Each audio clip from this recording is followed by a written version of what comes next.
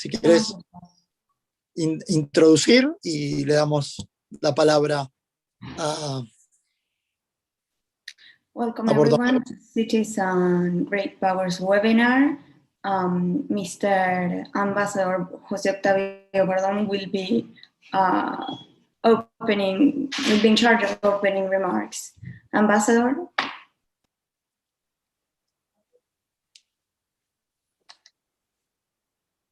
Está muteado, Pilo. Hello. It's okay now? Perfect. Well, good morning. It's a pleasure to share with all of you, especially with the Chicago Council, with the President, and with Fernando Straface for City of Buenos Aires and the rest of the representation of the different universities and great cities around Latin America. It is very important in this moment. We are very close to the perfect storm because the change of the era, the different situation in the global power, plus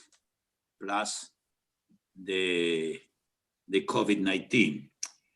Briefly, I would like to speak about the local government's role in the framework of weak democracies. They are at risk. Democracy is at risk. What do we need to do? Obviously, the main responsibility is at national and multilateral level. However, the local level has the capability to introduce new and better practices to increase the citizens' participation. For example, through urban design, security, transport, environment, welfare budgets, strategic development programs, neighborhood plans and budgets, and so on. At this level, we have many tools and schemes to bring closer citizens to public policies and decision makers. These local public policies could generate a virtuous circle to overcome both the people's lack of confidence on political representatives and the government's lack of confidence on the citizens. Our institutional democratic system needs to recover legitimacy and credibility. The present paradox is that those who have credibility have not enough power, but they speak from the people's specific and nearby experiences. This is the case of many majors and majores. They are more reliable because they are closer to the people's problem. They work hand to hand with the citizens, trying to overcome the difficulties with scarce resources as the daily experience of the people.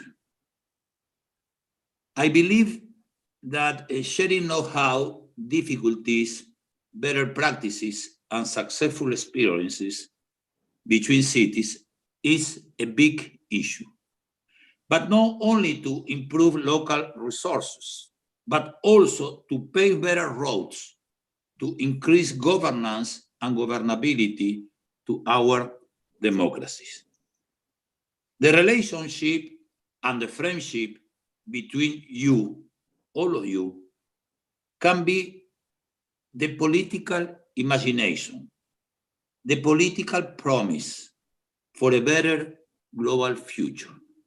I think this is the promise of this meeting. Thank you. The best for the meeting today, and thank you for being here.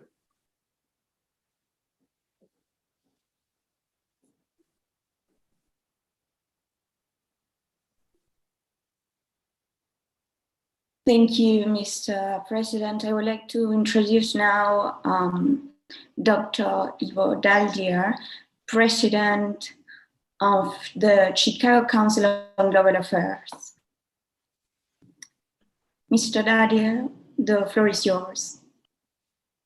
Thank you so much. I'm so pleased to be able to join this group, and the Chicago Council is particularly pleased to be able to be part of this joint initiative on great powers and urbanization that we are launched in 2019 together with the University of Pennsylvania's Perry World House, with the University of Melbourne's Connected Cities Lab, with the Barcelona Center for International Affairs, the African Center for Cities, and of course the Argentine Council for International Relations. And I'm very pleased to be able to join and welcome you alongside Ambassador Bordon to this important workshop, the third of what we expect to be 6 of these workshops on the important interaction between what is happening geopolitically and what is happening within urban spaces. And I just want to echo for 1 minute what Ambassador Bordon just said about the importance of democracy and the importance of how we can empower those who are at the local level to play a larger role in the geopolitical area. I note that President Joe Biden has talked in recent weeks about the world being in an inflection point, a point at which there is a major debate among our citizens across the world about which form of government is better able to provide for the people, whether it is democracy, a form of government that has provided for the people better than any other form in the last 75 years since the end of World War II, or whether it is an authoritarian system in which the state uses the power it has to provide for the people, but without regard for the wishes of the people.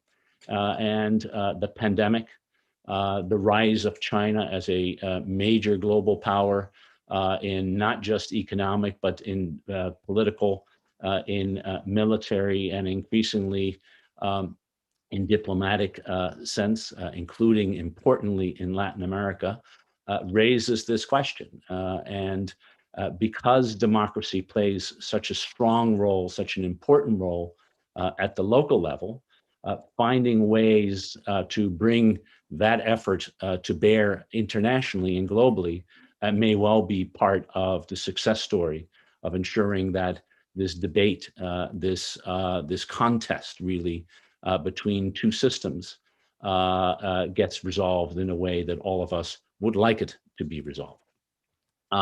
So that's why this is an important set of issues for all of us to be talking about. Indeed, most of the conversations, however, on great power politics or on urban spaces take place in different places, in different silos. It is the diplomats and the international relations scholars who spend all of their time thinking about the dynamics of geopolitics and great powers. And it is the mayors and city leaders who think about how to improve public spaces.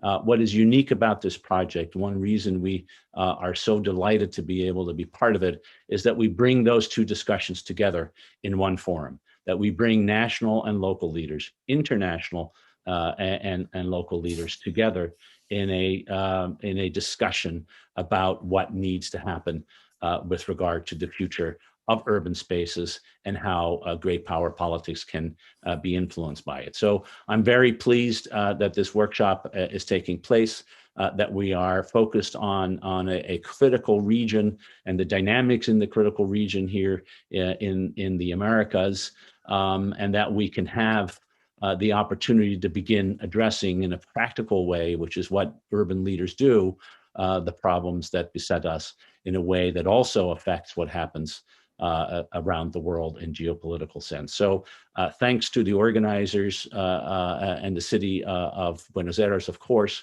for being part of this.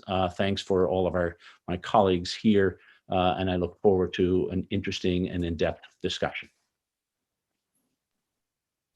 Thank you very much, Doctor. It's now the turn of Fernando Straface, City of Buenos Aires Secretary for International Relations. Fernando, Thank you. the floor is yours. Thank you.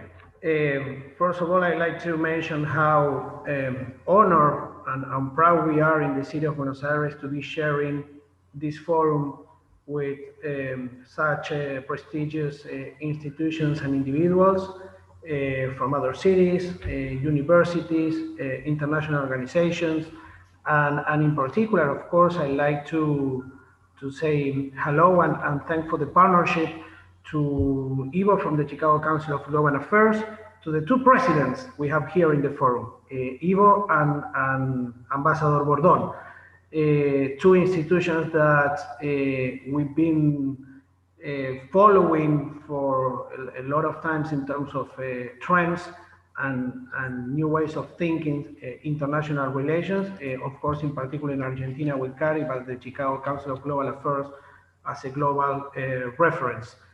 For us in cities and for those of us of the community of practice of international relations that follow closely foreign affairs.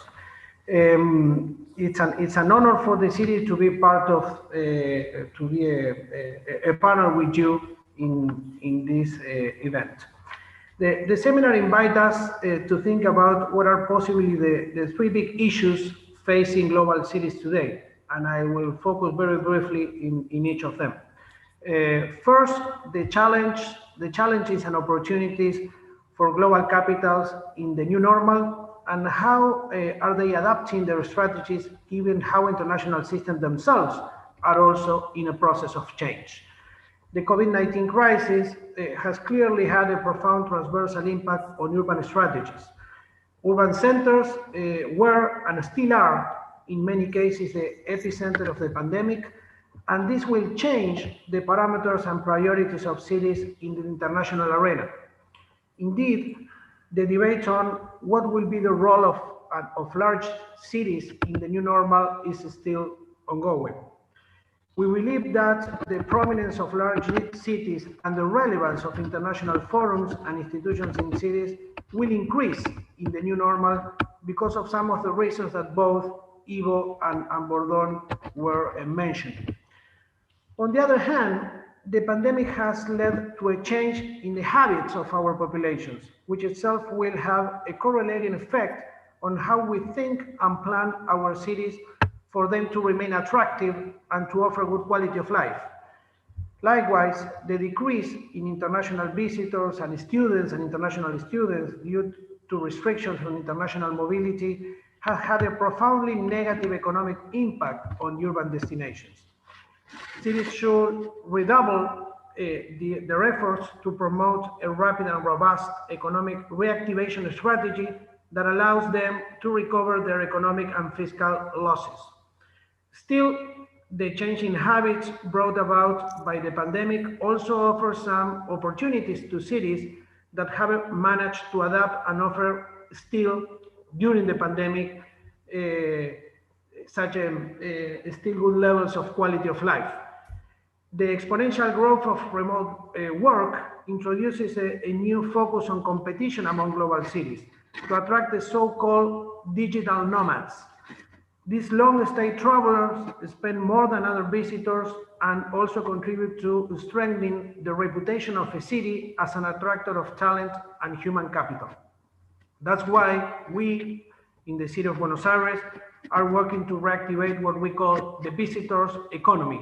And recently, we launched a program to attract more digital nomads, which will likely grow in number in the years to come.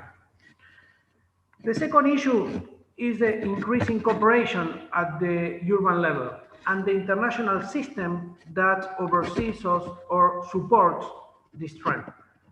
The pandemic has successfully tested the strength of collaboration between local governments during the whole time. It clearly points to a future in which global urban cooperation, through dialogue and spaces for exchange like this one, will play an important role in how we successfully address and adapt to the challenges of the new normal. Although city diplomacy is nothing new, what this crisis shows is how important are the international institutions and forums that bring together leading cities to discuss coordinated response to global challenges. And I will add to that, forums that bridge a dialogue between leaders of the cities and leaders of nations.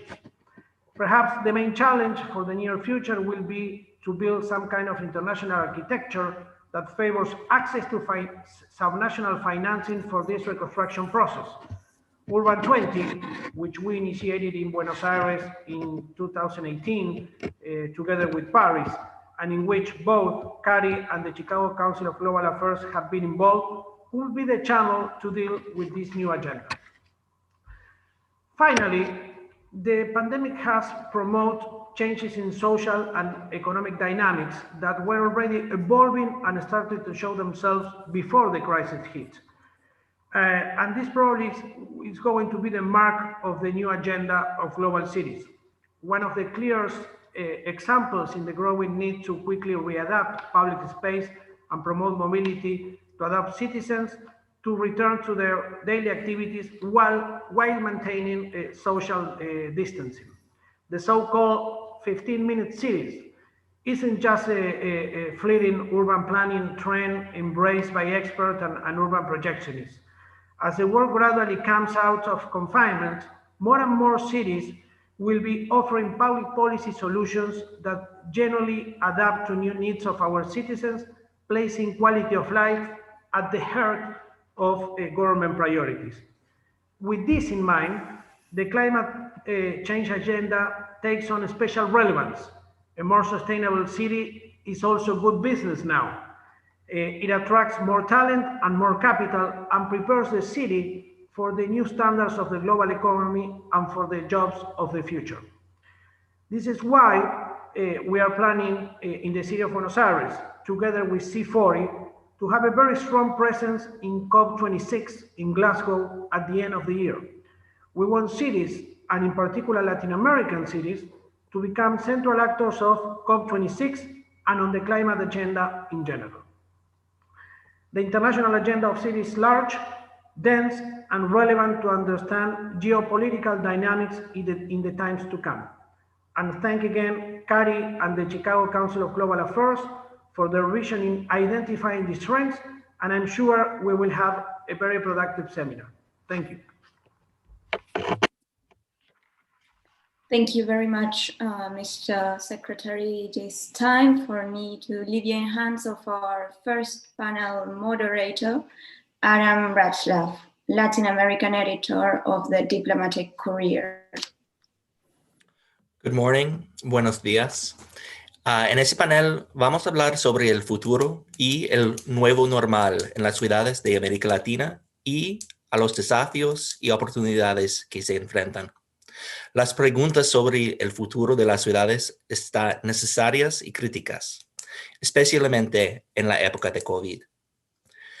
En la región de América Latina y el Caribe, más de 80% de la población se vive en una zona urbana, con más de 38% que vive en una zona con más de 1 millón de personas. Entre las 20 ciudades mayores del mundo, 4 son en América Latina. Por eso, cualquier política a responder a los desafíos regionales requiere pensar en cómo se impactan las ciudades y sus habitantes. La región está muy impactada por la pandemia. Aunque que la región se representa solo 8% de la población mundial, se representan aproximadamente 19% de los casos de COVID y 28% de las muertes. También, el Fondo Monetario estima que el PIB de la región se cae 7.4% al año pasado, más que cualquier otra región. Las ciudades serán críticas a responder a la pandemia y las crisis económicas. Pero, al mismo tiempo, son lugares difíciles a responder por causa de su densidad y su interconectividad. Hoy, la diplomacia entre las ciudades globales está clave a la gobernanza internacional. Hemos un panel con representantes de algunos de las mayores ciudades de la región para hablar un poco sobre estos temas. Primero tenemos Francisco Resnicoff, el subsecretario de Relaciones Internacionales y Institucionales por la ciudad de Buenos Aires. También tenemos la Andrea Laverde, la subsecretaría distrital de Relaciones Internacionales en la Alcaldía Mayor de Bogotá. Y al final tenemos la doctora Diana Alarcón González, el titular coordinadora general de Asesores y Asuntos Internacionales de la Ciudad de México. Quiero agradecer a todos de ustedes por su tiempo. Señor Resnicoff, tiene la palabra. Bueno, gracias. Aprovecho también para agradecerle a los dos presidentes de las instituciones y a Fernando Straface por las palabras de apertura, y obviamente quedan ya liberados también de la actividad, y empezamos con los paneles, que creo que es bastante interesante los temas que tenemos para discutir. Gracias, Adam, y gracias nuevamente al CARI, al Chicago Council on Global Affairs y al resto de las instituciones e invitados por participar. Creo que esto viene en un momento muy interesante para discutir la agenda de las ciudades y su vínculo con los grandes poderes, especialmente desde una perspectiva latinoamericana, que es como Adam presentó este panel, y creo que hay mucho para decir ahí. Yo voy a construir un poco sobre lo que dijo Fernando Straface, acerca de cómo, y también reflexionando un poco acerca de lo que dijo Ivo, de cómo hacer el puente entre las ciudades y con sus responsabilidades de gestión, y la reflexión acerca de los temas internacionales, o de la política de grandes poderes, porque creo que hay algunos temas muy interesantes para discutir. Primero, un hecho muy saliente, que es que más de la mitad de la población ya vive en ciudades, más de la mitad de la población del mundo, y esa es una tendencia que sigue creciendo. Se cree que hacia el año 2030 2/3 de la población van a vivir en ciudades, y América Latina es un continente especialmente urbano, subcontinente especialmente urbano. Las tasas de urbanización son altísimas. Aquí en Argentina son, por ejemplo, del 90%. Entonces, cuando pensamos en ciudades, necesariamente pensamos en desarrollo a escala global y en cómo eso afecta las relaciones entre los países.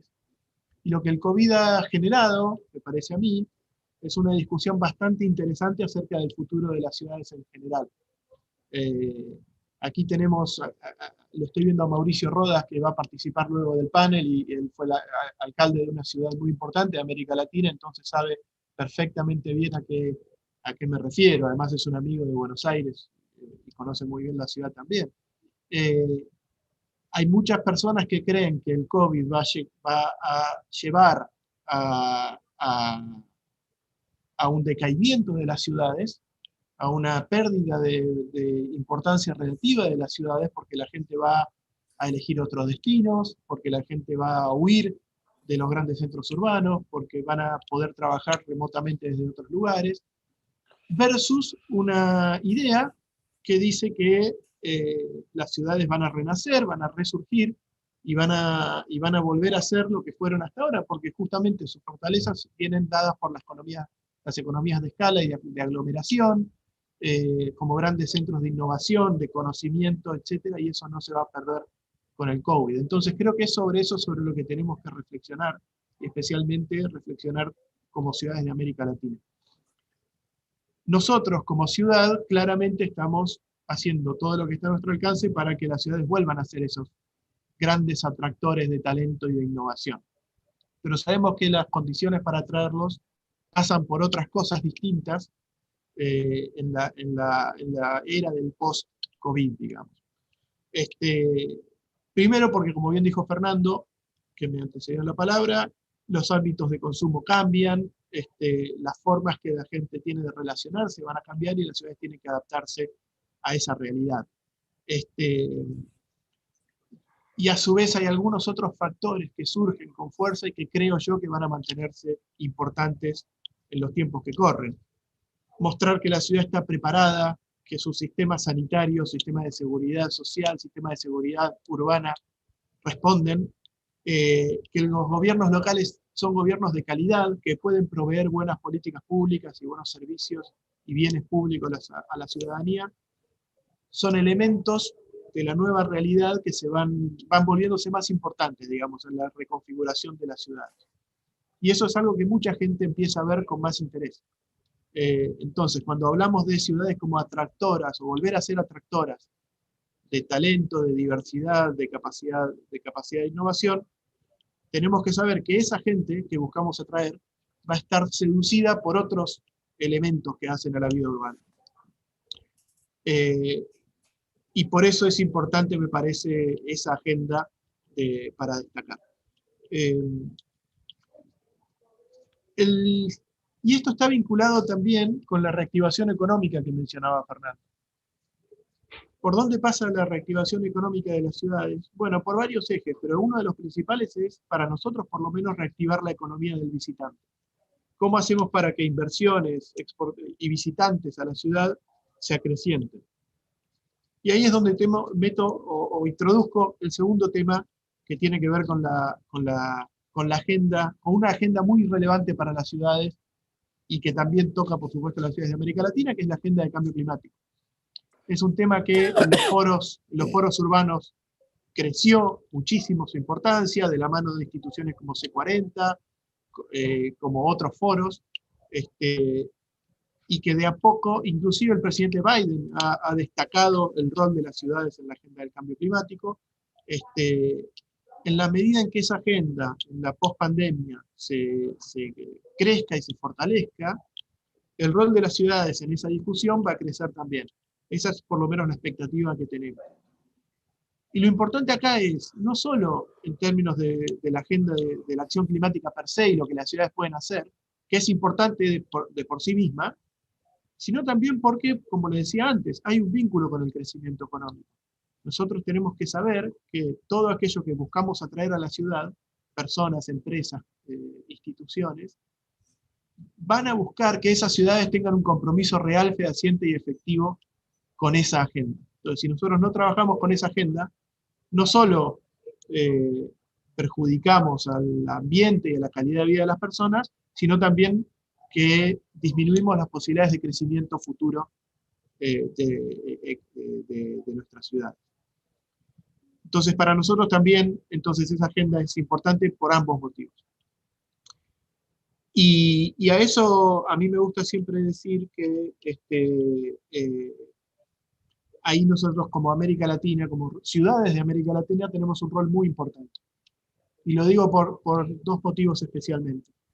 Primero, porque nuestra agenda climática no es necesariamente, no puede ser la misma agenda climática de las ciudades del mundo desarrollado.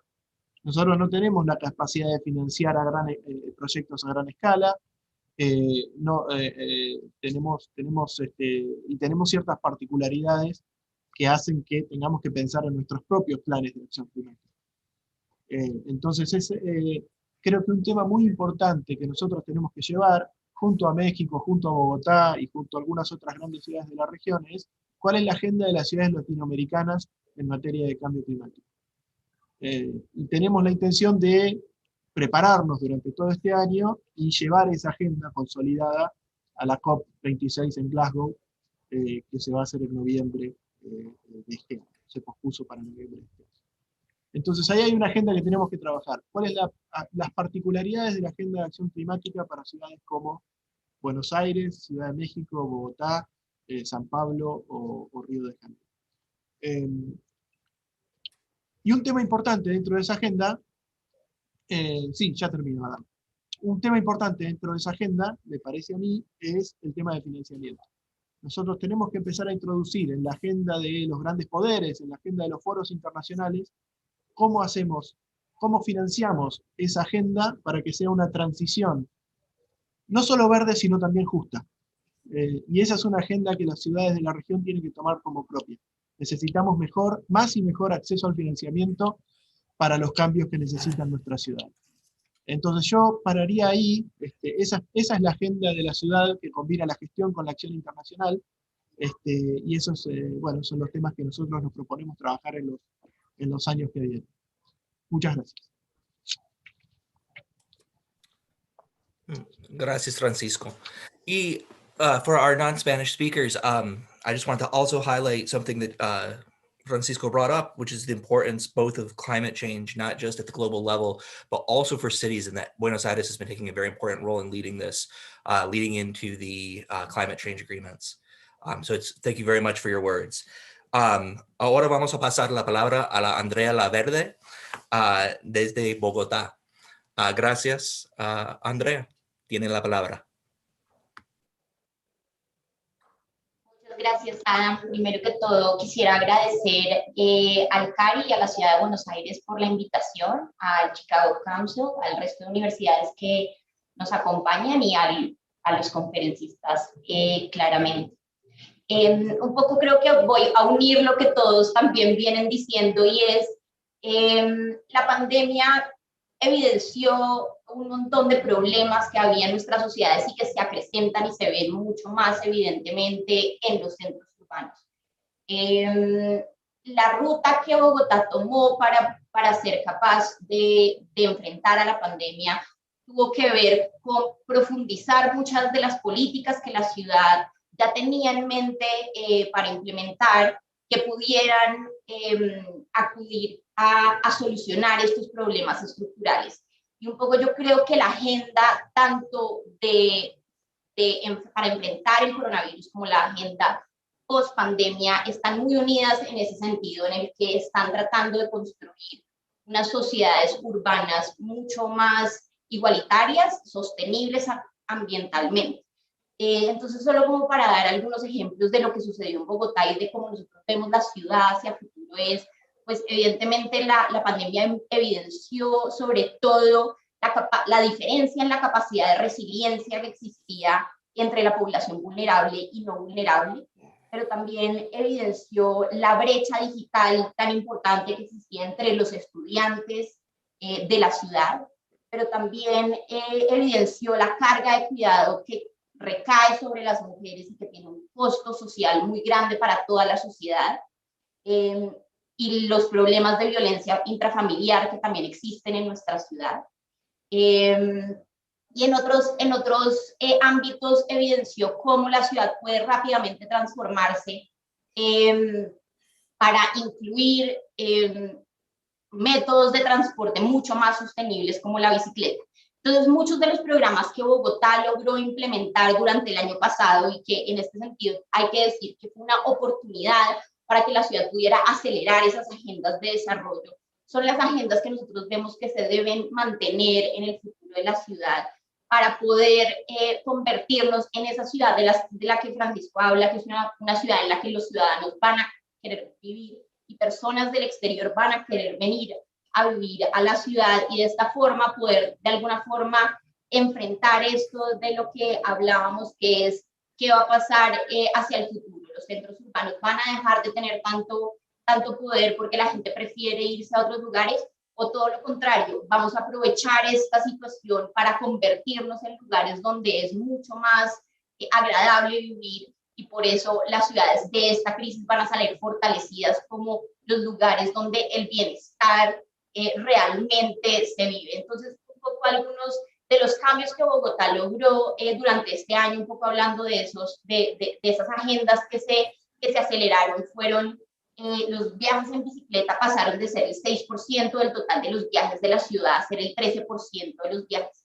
Añadimos 85 kilómetros de ciclorruta a los 550 existentes. Hoy en día estos 85 kilómetros se quedaron, y en el plan de desarrollo que va hasta el 2024 aumentan bastante. Otro de los factores muy importantes es que estamos respirando el aire más limpio que hemos respirado desde que se tiene medición, y esto es importante también porque genera una recordación en los ciudadanos, una conciencia sobre esta problemática, que hoy en día el plan de desarrollo de la ciudad está resaltando y está haciendo compromisos grandes frente a esa gestión, muy de la mano de todo también el compromiso que tenemos internacionalmente y como estamos trabajando con Buenos Aires. Pero también, por ejemplo, la agenda en torno al rol social de las ciudades y cómo ese rol social se articula con la política nacional ha sido muy importante para Bogotá. Bogotá desarrolló un programa que se llama Bogotá Solidaria en Casa, que termina siendo una transferencia monetaria no condicionada, que busca transformarse hacia futuro en un ingreso básico, en un ingreso mínimo garantizado.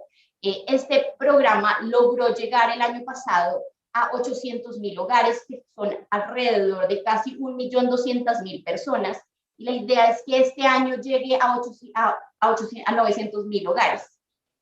Lo importante y lo interesante también de este programa es que es financiado y todas las bases de datos y todo el proceso logístico que significó lograr hacer esta transferencia monetaria está 100% articulado con la nación, y los recursos para financiarlos vienen de lado y lado, y esto también creo que es uno de los puntos importantes que dejó la pandemia y que va a alterar también cómo vemos el futuro de las ciudades, y es cómo articulamos todas esas políticas de bienestar mucho mejor desde el nivel nacional y local para generar esas sociedades de bienestar y sobre todo las ciudades cuidadoras, es como les decimos en Bogotá, que queremos lograr. Otro de los grandes avances que tuvimos en términos de política social y que también llegó para quedarse es el sistema distrital de cuidado.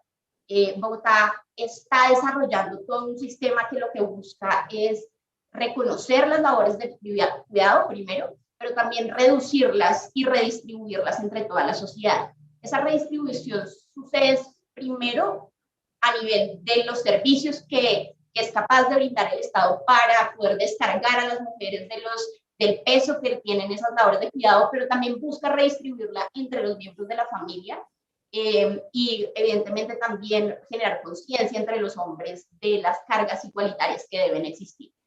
Creemos que este es uno de los proyectos más emblemáticos de esta administración y pues también está aquí para quedarse, y evidentemente es una visión muy diferente de ciudad y de las responsabilidades que los gobiernos locales, sobre todo en estados como los latinoamericanos, asumen frente a la política social, y también cómo esta se articula con el nivel nacional, porque también esta política viene muy entrelazada con todo el sistema que tiene Colombia en términos de entrenamiento y de educación técnica y tecnológica, que es uno de los componentes pues, con el que se acompaña a las mujeres, por ejemplo, y eso está muy ligado con toda la oferta del gobierno nacional y también con toda la oferta de servicios de salud, que también evidentemente está muy ligado con la oferta que tiene la nación. Entonces, un poco el nivel local lo que hace es como reorganizar eso que ya se viene proveyendo de un lado y del otro para darle un acceso mucho más fácil a las mujeres, con un enfoque también muy interesante porque está pensado articuladamente con el plan de ordenamiento territorial del distrito para garantizar que los servicios de cuidado estén cerca los unos a los otros, primero, y segundo, que cada persona de la ciudad pueda encontrar como un hub de servicios cerca a ella. Entonces, eso también creemos que es uno de los factores más innovadores e interesantes, y creemos que hacia allá también van a empezar a dirigirse otras ciudades del mundo. Pues evidentemente, frente a las capacidades de los servicios de salud que Francisco también mencionó, la pandemia también evidenció unos cambios importantes que tienen que tener nuestras ciudades, y para el caso específicamente latinoamericano y colombiano, desafortunadamente Bogotá y Colombia había perdido su capacidad de producción científica y producción de vacunas hace aproximadamente 15 años. Y esto la pandemia nos lo evidenció, y es la necesidad también de esa inversión en tecnología e inversión científica para tener la capacidad y la resiliencia de afrontar este tipo de crisis. Entonces, digamos que esa también es otra de las áreas en las que estamos trabajando fuertemente, y es en la articulación con las universidades, que también son uno de los sectores que seguramente tendrán un cambio muy importante de acá a futuro, y Bogotá siendo también un hub de universidades que atrae estudiantes no solo del país, sino de la región andina, pues tendrá que replantearse ese cambio y cómo esa nueva lógica de estudios a distancia se puede articular muy bien con esas necesidades que tenemos en inversión en ciencia y tecnología para ser capaces de desarrollar estos planteamientos y estas capacidades a futuro. Entonces, creo que a grandes rasgos como es el principal cambio, y es las necesidades que tenían los gobiernos locales de tener unas políticas sociales y ambientales mucho más ambiciosas, que el coronavirus nos demostró que estaban ahí y que además nos dio un poco como el marco temporal y jurídico y político también para empezar a implementarlas. Y estas transformaciones se van a quedar ahí porque vimos su necesidad para ser capaces de ser resilientes, aunque pues frente a todos los tipos de crisis que se pueden venir en los próximos años. No sé si tengo un poco de tiempo para hablar sobre los cambios específicos frente al tema internacional de la ciudad. Adam. Sí, hay como 1 o 2 minutos para terminar, sí. Listo, entonces solo como para terminar, quisiera también decir que la pandemia también evidenció la relevancia de las oficinas de relaciones internacionales de los gobiernos locales. No solo y quisiera decir que los evidenció su relevancia sobre todo al interior de los gobiernos locales, más que internacionalmente. Y esto también es algo que creo que es importante y se va a quedar porque el asunto de informar todas las políticas públicas a través de las buenas prácticas y el conocimiento que otros han generado fue uno de los factores más importantes que tuvo la ciudad de Bogotá durante todo el manejo de la pandemia el año pasado, y es algo que hoy en día estamos viendo que ya se quedó para el resto de políticas relevantes que está tratando de implementar el distrito. Creo que también si hay otro cambio que hay que resaltar ahí es la relevancia que se le da a las oficinas de relaciones internacionales al interior de los gobiernos locales por la capacidad que han tenido de generar conocimiento y generar insumos necesarios para ser capaces de afrontar las crisis y diseñar mejores políticas públicas. Entonces creo que si estamos hablando también del futuro de las ciudades, creo que es un factor importante y es unas ciudades mucho más organizadas en su interior frente a su acción internacional. Perfecto. Muchísimas gracias, Andrea. For our non-Spanish speakers, I just want to highlight a couple of the things that Andrea said real quickly, particularly highlighting how the pandemic has really emphasized the technological divide within cities, which is something that we've seen not just obviously in Bogotá, but across the world, where there's huge differences between those who are the most vulnerable within the society and those who are not. And the ways in which Bogotá has been able to look for the best public policies to address these issues as they're right there on the ground, seeing these impacts directly, which is something we don't always see at the international level. So thank you very much, Andrea. Ahora vamos a pasar la palabra a la doctora Diana Alarcón de la Ciudad de México. También quiero decir que si hay preguntas, pueden darla en la chat y voy a preguntarla después de esta presentación. For those who are not speaking Spanish, if you have any questions, please feel free to put them in the chat. We'll go ahead and translate them for our speakers as soon as our final presentation is done. Doctora Alarcón González, tiene la palabra. Muchas gracias y pues buenos días a todos ustedes. Agradezco la invitación que me han hecho para ser parte de esta conversación. Una conversación definitivamente mucho más larga del tiempo que tenemos acá, pero en los próximos minutos quiero compartir algunos de los temas y la reflexión que hemos hecho en la Ciudad de México a partir de esta pandemia. Nos identificamos mucho con los temas, los retos que ha puesto Bogotá sobre la mesa. Efectivamente, pues hay enseñanzas comunes y maneras compartidas, comunes, como enfrentamos a muchos de estos retos. Yo quisiera poner el énfasis más en cuáles son las enseñanzas que la ciudad tuvo frente a el surgimiento de la pandemia en relación a la agenda, al programa de gobierno que la ciudad se planteó desde diciembre de 2018, cuando esta nueva administración llegó a la ciudad. Y la propuesta de el jefa de gobierno de la Ciudad de México, la construcción de una ciudad de innovación y derechos, hizo este lema, se hizo más relevante durante este periodo de confinamiento y de emergencia sanitaria.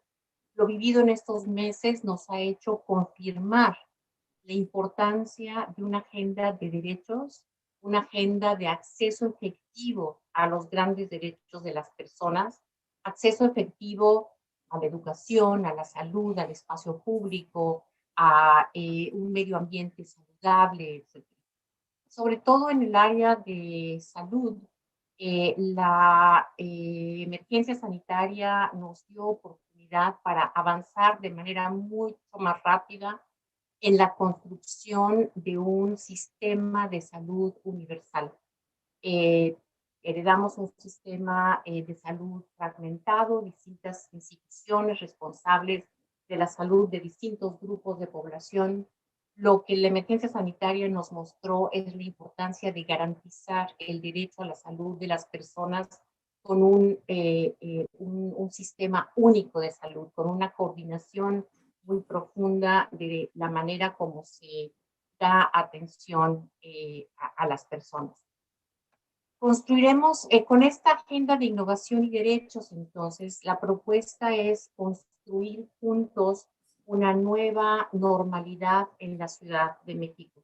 Una nueva normalidad sustentada en la igualdad de derechos para garantizar pues, los derechos económicos, políticos, sociales, culturales, como la única manera de disminuir las desigualdades entre las personas. De manera importante nos estamos planteando una convivencia más humana y solidaria. Este es uno de los grandes aprendizajes de la pandemia. Una nueva relación con el espacio urbano, una manera distinta de relacionarnos con el medio ambiente, una nueva forma de relacionamiento que cause un menor impacto en él, menos viajes, menor consumo de materiales que generan basura, contaminación, etcétera. Y en este sentido, la ciudad ha hecho grandes inversiones, al igual que Bogotá, expandiendo, por ejemplo, la red de ciclovías de la ciudad, expandiendo el transporte público, pero el transporte público sustentable, el transporte público eléctrico. Hay una inversión enorme en la ciudad para lograrlo. Pero de manera fundamental, una sociedad más justa que privilegie a los más vulnerables y el derecho a una vida saludable. Lo que está planteado aquí entonces hacia adelante es lograr un mejor balance entre el derecho a la salud y el bienestar. Nuestras ciudades, la Ciudad de México, es una ciudad que tiene una gran proporción de las personas, de los trabajadores en la economía informal. Largos meses de confinamiento no son posibles. La gente tiene que salir a trabajar. Ese balance entre salud y bienestar entonces es muy importante. Mientras no tengamos manera de acceder a una vacuna de manera universal, es decir, para todas las personas que lo necesitan, los científicos dicen 16 años y más, mientras no tengamos un medicamento que mitigue los casos graves de COVID-19, el tema fundamental para nosotros es sostener este equilibrio entre la economía de las familias, el bienestar de las familias y su salud. Garantizando, obviamente, el derecho a la salud de las personas. Las medidas de salud pública van a continuar en la Ciudad de México, es decir, los protocolos para uso de cubrebocas en transporte, en lugares públicos, el lavado de manos, distancia, la sana distancia, estornudo de etiqueta, limpieza de espacios de trabajo y en el hogar, desinfección de los espacios públicos, etcétera, llegaron para quedarse, serán parte de los protocolos de la norma de aquí a que salgamos de esta pandemia. Pero las crisis son también una oportunidad para innovar, para inventar nuevas soluciones y pensar más allá de los esquemas tradicionales. Hay un proceso muy intenso de innovación en la ciudad para regresar o para restablecer una nueva normalidad. En los centros de trabajo, por ejemplo, se está trabajando sobre esquemas de entradas y salidas escalonadas de los trabajadores, por sectores, por ubicación. Hay una innovación muy grande en los protocolos de trabajo que garanticen medidas de salud pública y otros esquemas de trabajo que minimicen riesgos de contagio, riesgos de contacto y contagio en sectores de mayor riesgo. Un tema fundamental y una de las grandes enseñanzas que nos ha dejado esta crisis es la importancia de optar por formas de vida sana. Uno de los grandes problemas a los que se enfrentó la ciudad con la pandemia es las comorbilidades que agravaban la salud de las personas que contraían COVID-19. El tema entonces de lograr una alimentación saludable, agua potable, espacios públicos que fomenten el deporte y la recreación, es decir, estados de vida saludables hacia adelante serán muy importantes. Nuestra ciudad, la Ciudad de México, tiene altos índices de sobrepeso, obesidad, incidencia de enfermedades crónicas. El tema de la salud y niveles de vida saludables serán en adelante mucho más importantes. Hay toda una serie de protocolos que podría elaborar respecto al regreso de las actividades económicas. En este contexto no parece que hace falta.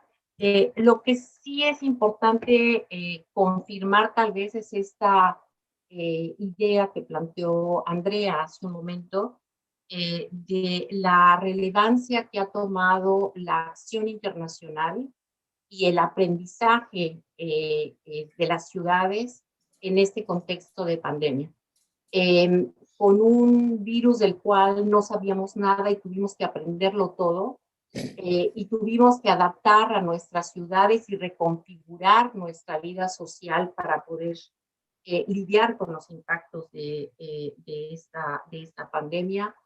La capacidad para aprender de unos a otros fue muy importante y tuvimos que hacerlo de manera muy rápida. Entonces, este es un tema que va a quedar en la agenda internacional, sobre todo en la agenda de ciudades, ¿no? En la internacionalización de las ciudades, la aportación de otras ciudades importantísima para adaptar la vida y las políticas públicas en cada una de nuestras ciudades. Termino confirmando, y este es tal vez el gran aprendizaje que nos quedó en la Ciudad de México, la importancia de la equidad y de garantizar los derechos de las personas frente a para mitigar el impacto de estas crisis recurrentes. Esta vez, pues, fue una crisis sanitaria. Hemos transitado ya por crisis económicas muy profundas en la región, y la resiliencia, nuestra capacidad para recuperarnos de ellas, depende de hacer efectivos los derechos de las personas, el derecho a la salud, el derecho a la educación, el derecho al espacio público, el derecho a un medio ambiente sustentable. Muchas gracias. Gracias, Doctora Alarcón. Thank you very much for emphasizing not just the economic impact of the virus and the pandemic, but also the need to protect rights as a result of this. I think it's a very important point.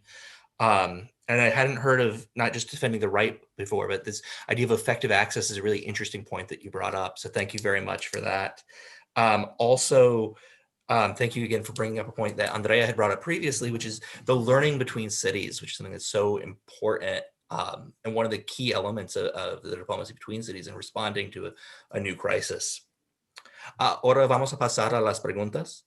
Parece que hay una pregunta de Andrés que quiere saber cuánto tiempo necesitan las ciudades a responder a la pandemia. No hay un tiempo cierto que vamos a terminar esta pandemia. Hay la vacuna, pero ¿cuándo vamos a terminar? ¿Por cuánto más tiempo necesita? Puedo rápidamente intentar una primera respuesta.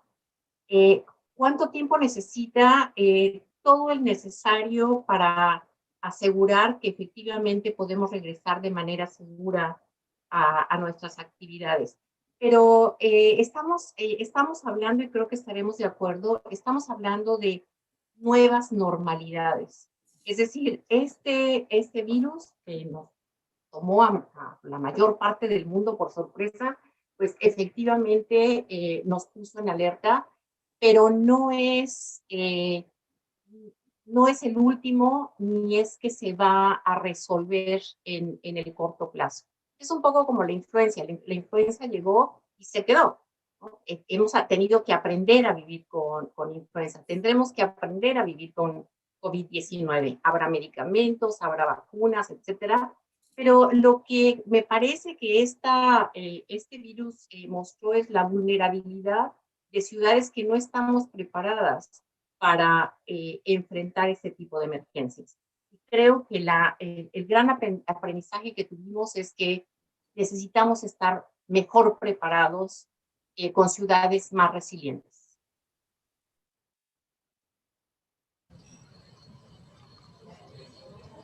Francisco, ¿hay algo que quiere adicionar?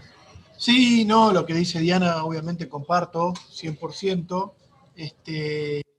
¿Cuánto tiempo en esta situación? Depende de muchos factores que no controlamos necesariamente, pero hay uno que es muy importante, que es el acceso masivo a la vacuna, algo que Diana mencionó anteriormente. En la medida que eso no ocurra, no podemos pensar en una vuelta a la normalidad o en una nueva normalidad. Y eso es un tema de geopolítica muy interesante. Geopolítica en términos globales, de acceso a la vacuna, pero también hay una cuestión de equidad ahí y de diferencias entre acceso a la vacuna por parte de países y ciudades desarrolladas y países y ciudades en vías de desarrollo. Entonces, los ritmos de vacunación en las ciudades de América Latina, salvo algunas excepciones, están un poco rezagados, y sin eso a mí me resulta difícil pensar que podemos dejar atrás el tema en su conjunto, digamos. Así que creo que ahí las ciudades de la región tienen un espacio para plantear el tema en los foros en los que discutimos con gobiernos nacionales, como el U20 y otros, para plantear la necesidad del acceso igualitario a las vacunas. Gracias. ¿Hay más preguntas? For our English speakers, if you have a question in English, I'm happy to translate as well. So please feel free to provide any questions that you have. Yo tengo una pregunta, si se me escucha bien y se me permite. Soy Agustín Fernández de Losada, director del programa de Ciudades Globales de CIDOP, socio del proyecto GPAP. Un placer estar acompañando la sesión de hoy. La verdad es que ha sido muy interesante. Mi pregunta o mi reflexión es, bueno, yo creo que, y las tres intervenciones que hemos atendido en este momento lo han dejado muy claro, creo que las ciudades han ganado una gran centralidad en la gestión de la pandemia. Yo creo que se ha visibilizado su capacidad de dar respuesta a los desafíos que ha generado. Ha habido grandes innovaciones, ha habido, bueno, yo creo que incluso ha habido muchos estudios, y nosotros hemos desarrollado algunos poniendo la luz, poniendo el foco sobre esa capacidad de innovar. Pero lo que tengo un poco la sensación es que hemos dejado de lado la agenda del empoderamiento de la ciudad, en el sentido de que obviamente también se ha puesto de manifiesto la falta de recursos, la falta de competencias claras, la deficiencia muchas veces de los sistemas de articulación entre los diferentes niveles de gobierno, con excepciones fantásticas, pero en líneas generales. Y yo creo que es una agenda que hay que abordar, una agenda que hay que volver a abordar y volver a poner sobre la mesa. En este sentido, ¿cómo lo veis desde Buenos Aires, desde Bogotá, desde México? ¿Creéis que esa centralidad que ha ganado, que ha generado la pandemia para las ciudades, con esa capacidad de generar respuesta, ha vuelto a poner sobre la mesa la necesidad de empoderarlas, de financiarlas mejor, de dotarlas de recursos necesarios, de los recursos necesarios para poder abordar los desafíos que tienen, de articular mejores mecanismos con los otros niveles de gobierno?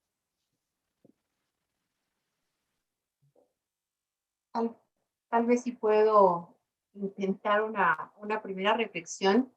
Y aquí yo diría, desde la Ciudad de México podemos hablar de tal vez lo contrario, la importancia de la independencia, la fortaleza que tiene el gobierno de la ciudad para enfrentar la crisis. La Ciudad de México estoy segura, o seguramente una ciudad atípica en el sentido de que genera pues la mayor parte de los recursos, de sus propios recursos públicos, y tiene atribuciones sobre prácticamente todas las áreas de gobierno que tienen que ver con la administración de la ciudad.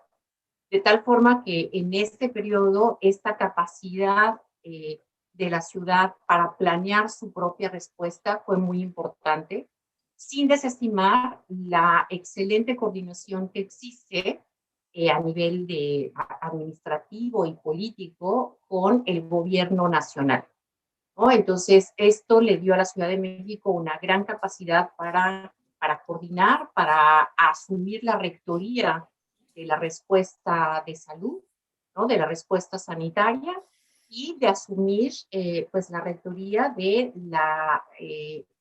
el apoyo y las propuestas de política social para apoyar a la población.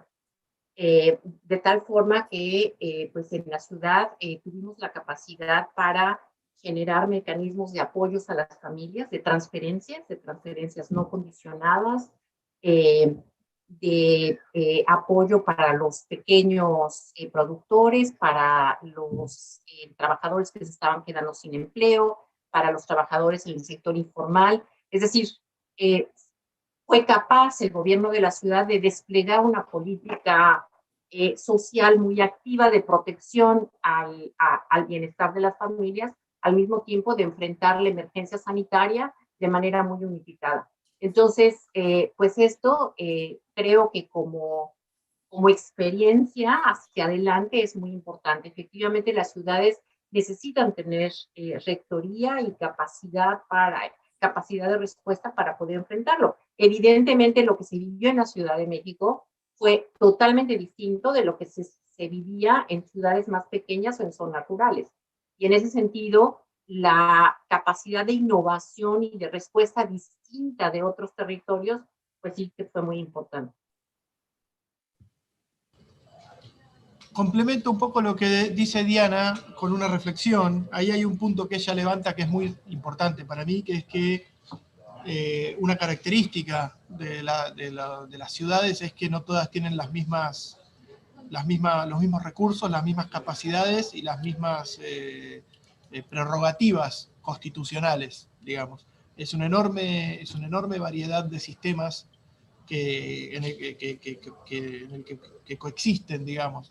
Algunas ciudades manejan su propio sistema de salud, algunas ciudades, como mencionaba Diana, que también es el caso de Buenos Aires, generan la mayoría de sus recursos. Algunas ciudades tienen acceso al financiamiento internacional por sus propios medios, otras no. En algunos casos dependen de sus gobernaciones o de sus gobiernos estatales, en otros casos dependen de sus gobiernos nacionales. Entonces es muy difícil dar una respuesta única a la pregunta tuya, Agustí. Yo creo que en los casos en que las ciudades pudieron generar su propia respuesta a la pandemia, queda demostrado muy claro que pueden proveer políticas públicas y bienes públicos de calidad.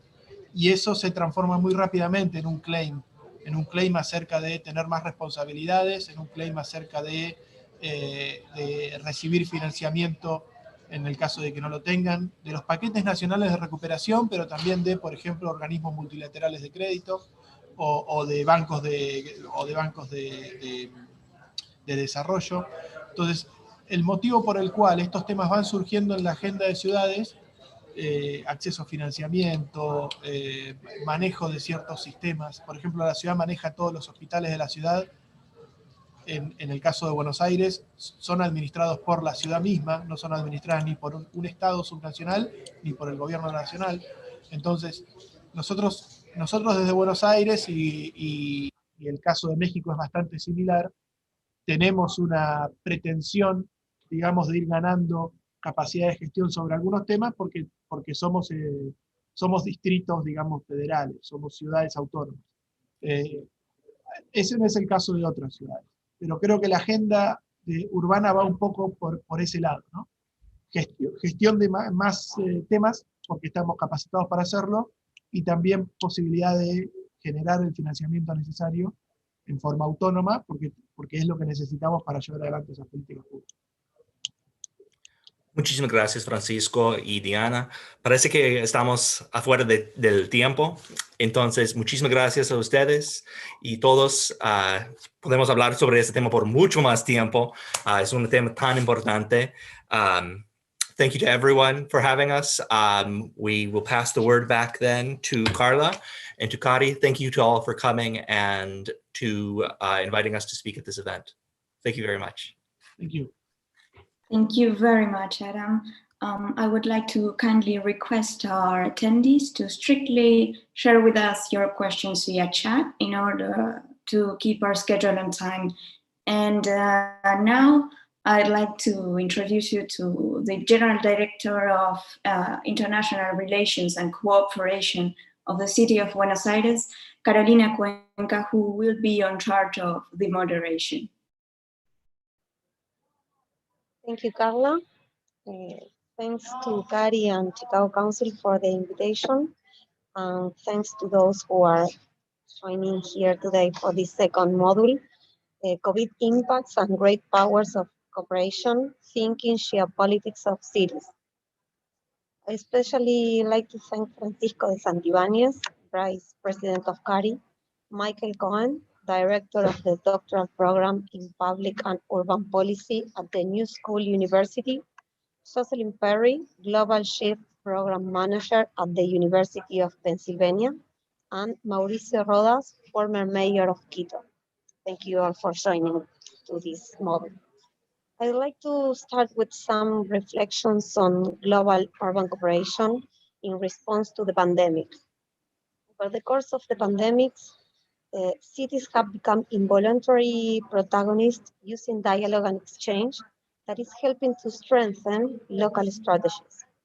Large global cities and their metropolitan areas are those that have been most affected by the pandemic, both in terms of the speed of the contagion of the virus and, of course, the economic impact of isolation policies.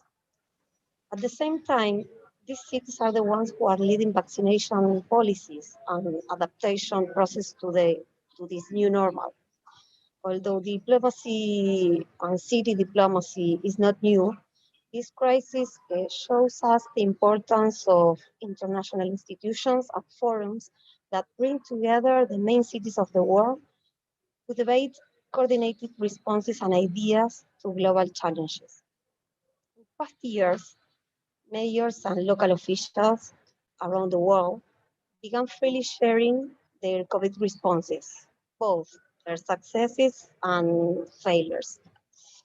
Through multilateral dialogue, cooperation and networking, local governments dealing with a more complex urban agenda and reality have found a way to incorporate new and innovative ideas and solutions.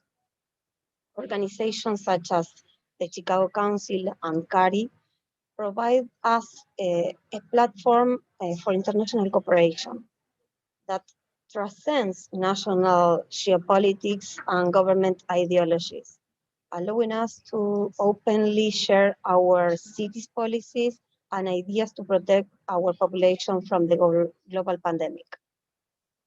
So the pandemic has successfully tested the strength of this exchange and no doubt points towards a future in which global urban cooperation, through dialogue and spaces for exchange such as this one, will play a very important role in addressing issues like climate change, city planning on human scale, gender equality, and many others. This is exactly why it's necessary to continue promoting these spaces for cooperation and exchange between global cities. After this short introduction, let me give the floor to Francisco de Santibáñez, Vice President of CARI. Francisco. Thank you, Carolina. Thank you for the invitation. Since I'm not an expert about innovation in cities, and my colleagues in this panel know much more about that than me, I will limit myself to provide some comments and remarks regarding how some of the changes that are taking place in the world may affect the future of cities. And there are indeed a few important trends that not only have continued with the pandemic, but may be gaining some strength. So first, let me focus on some of the possible challenges that cities face. The first, I think, has to do with power politics and the growth of nationalism, something we are seeing around the world. To start with, the strategic competition between the United States and China may not only hurt economic flows, but also cultural and technological exchanges. In this sense, maybe one of the worst possible scenarios could be to have two important blocs similar to the Cold War, one under the umbrella of the United States, another under the umbrella of China. And this scenario, I think, is very dangerous because it will hurt big cities, not only economically, but also in terms of diversity and technological development.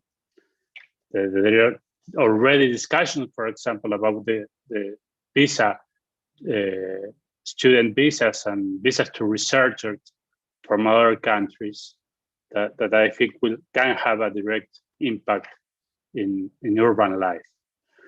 Moreover, there is also a new generation of conservative leaders around the world that have shown themselves to be hostile to some aspects of urban life.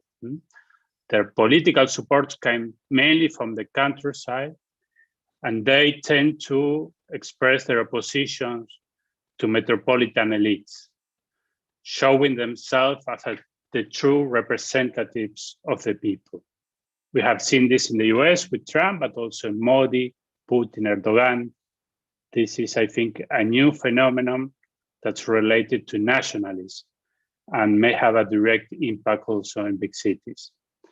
Behind this narrative is the idea that there is a distant elite, mainly in big cities, that don't care about the interests of the values of the rest of the population. We have seen this, for example, with the social movement of the Yellow Vest movement in France, that started as a protest to the rise of gas and diesel prices implemented by the Macron government as a solution, part of a solution to combat climate change. And we are seeing this also in economic policy. We are starting to see this. For example, the last budget of Boris Johnson in the UK is in part an effort to decentralize economic power with the creation of a new infrastructure bank in Leeds, in the city of Leeds, with an initial capital of £12 billion, and a significant relocation of the treasury from London to Darlington. I think this is another point that we should follow in the future. Moreover, new restrictions to immigration, smaller markets due to nationalism and protectionism may also help cities.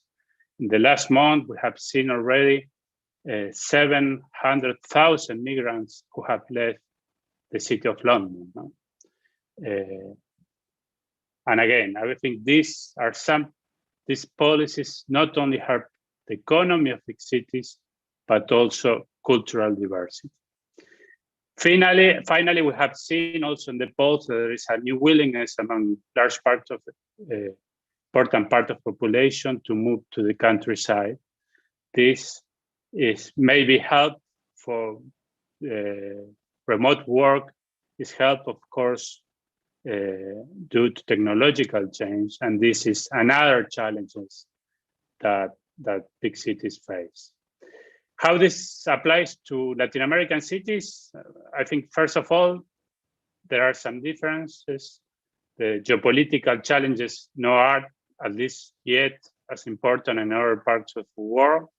We are not clearly in the technological frontier, so the impact of technological change is not as important in other cities. But these changes will eventually come to Latin America, so I think it's very important for us to start discussing and studying these subjects. But there are also opportunities, not just challenges. And I think one has to do with that geopolitical competition between two big powers may not necessarily be in a war, not even a Cold War. And for instance, the role of civil society today is much more important than it was in the past. And this is a big opportunity for the international community and for cities. There are some examples that have already been mentioned by Secretary Straface as the G20, but also the C40 to combat climate change, not through national state necessarily, but through the collaboration between cities. This is a group of cities that are tackling climate change and driving urban action that reduces greenhouse emissions and climate risk.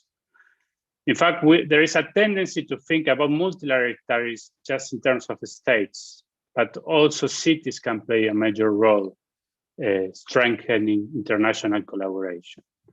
And this is not just in terms of solving global problems, but also in the exchange of ideas and experiences.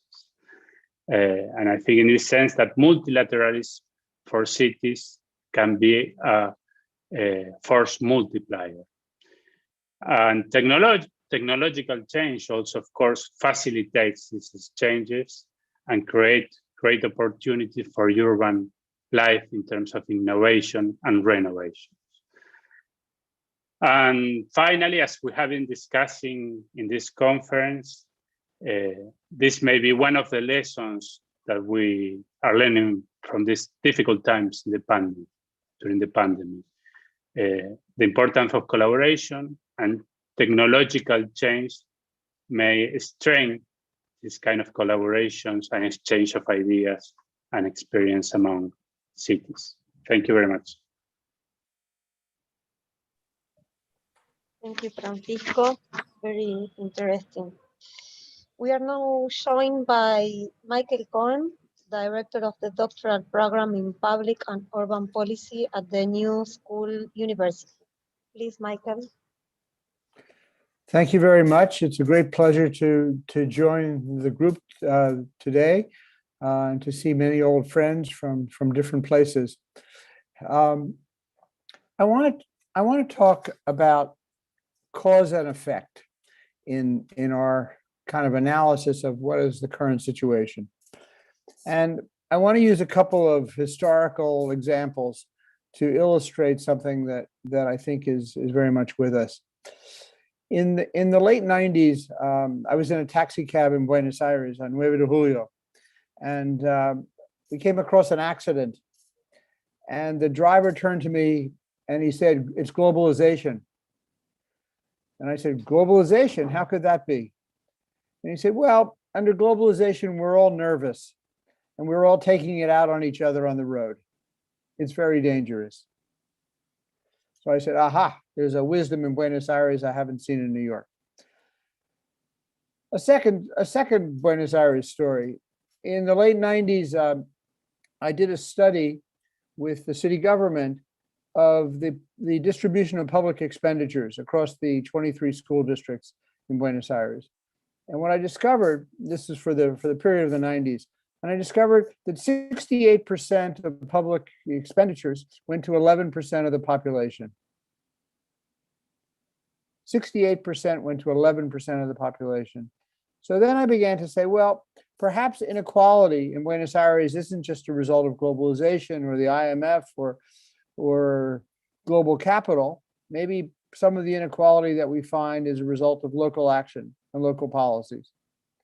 And of course, my Argentine friend said, well, what do you think it is in New York? And probably the same thing, that the money that's going into Manhattan could also be going into the Bronx and Brooklyn and other places. And the point is that we're contributing to the inequalities that we find, that we already have here. So in the context of COVID, we're all talking about before and after. And what I want to argue is that what we have now is very much a function of what we've had before. That the incidence of the disease, the impact on people, reflects the structural inequalities that we've had, certainly in New York, but I would argue in many other places.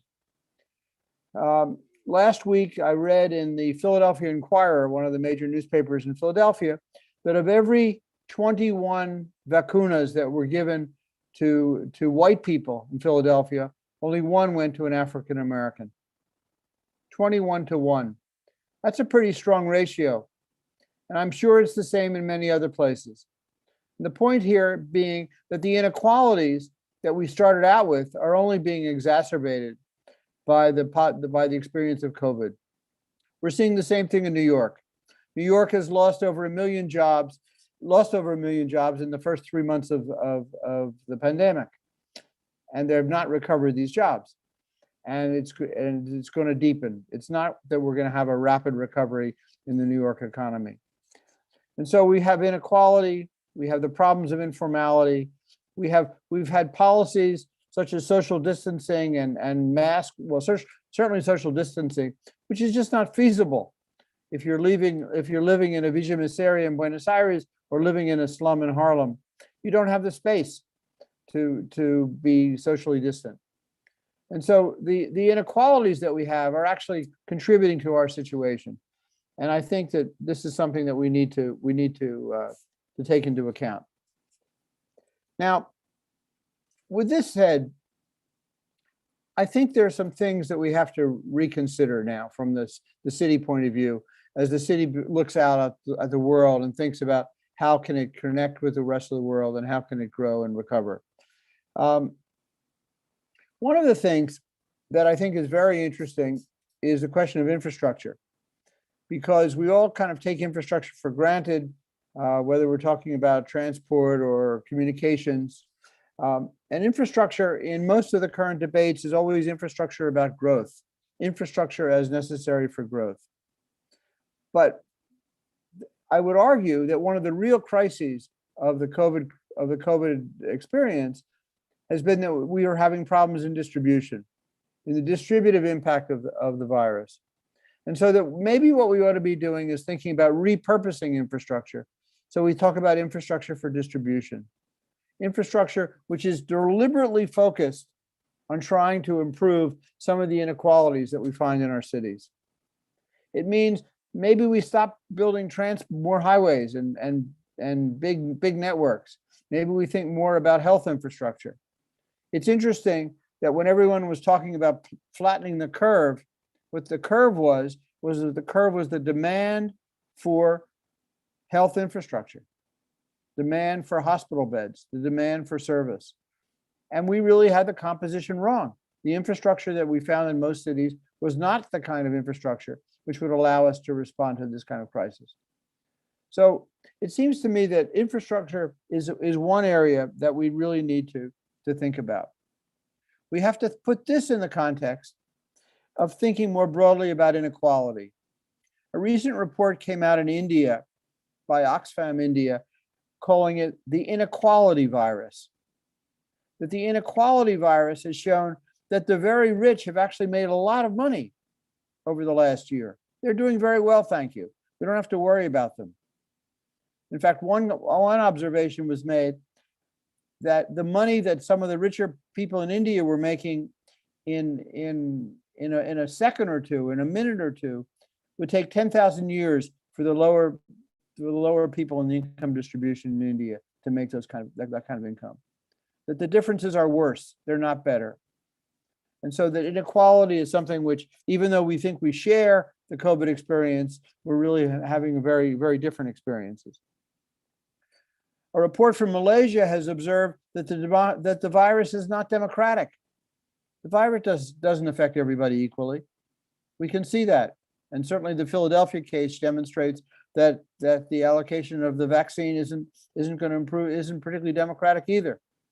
But we have this all over the world. We have this all throughout the United States and certainly in many other places.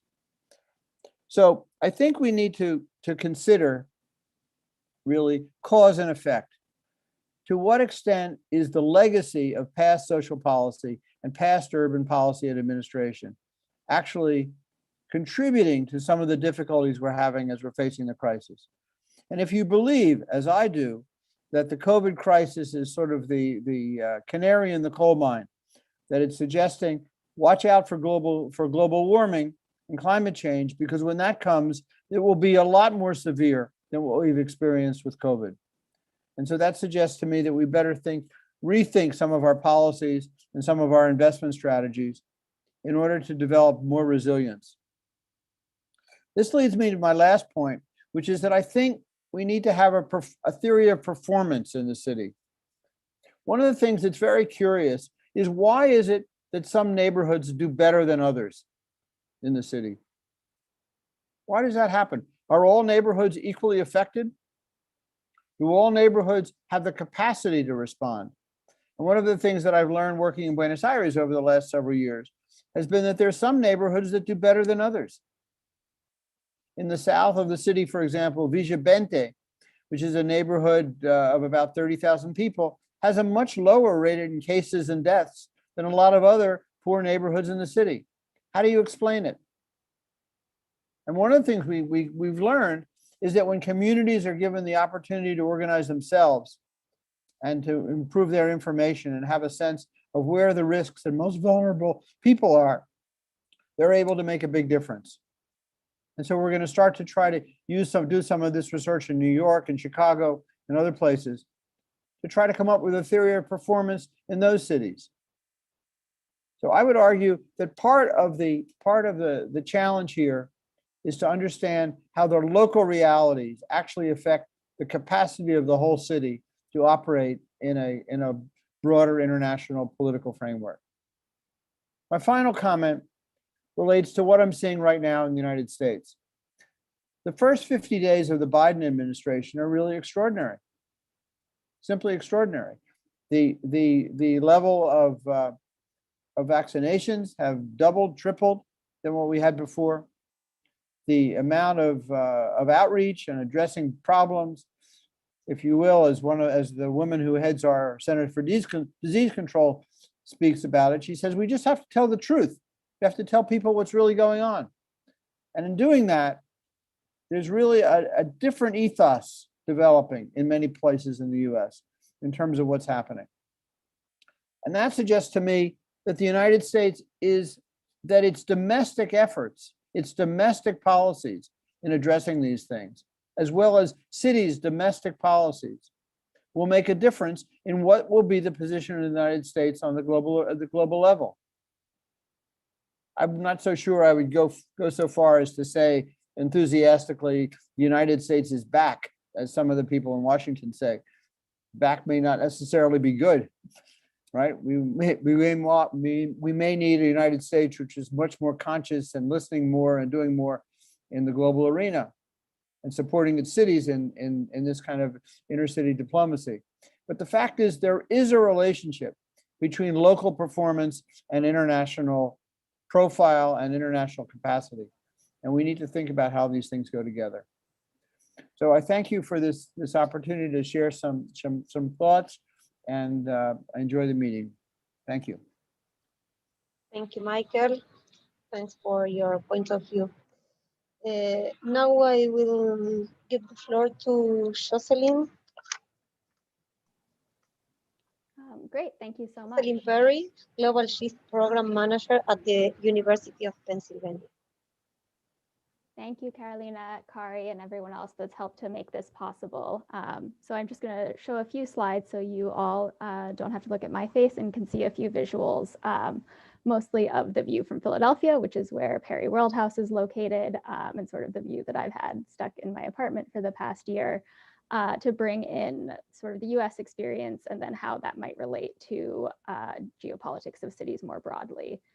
And I'll look a little bit at both across scales as well as sort of within levels of government, and how cities can improve their service delivery, can improve the access to services and healthcare that their residents are getting, and then how international as well as national and local governments can liaise with cities to improve those.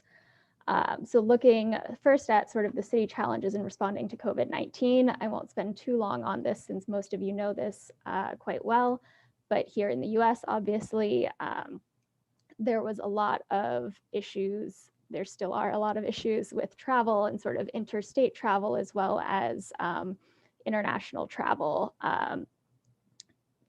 Borders were shut down to people entering from China early on and then from other hotspots, but not to US citizens. But then when those citizens were coming in, they weren't being tested at airports or instructed to quarantine or checked in on later on.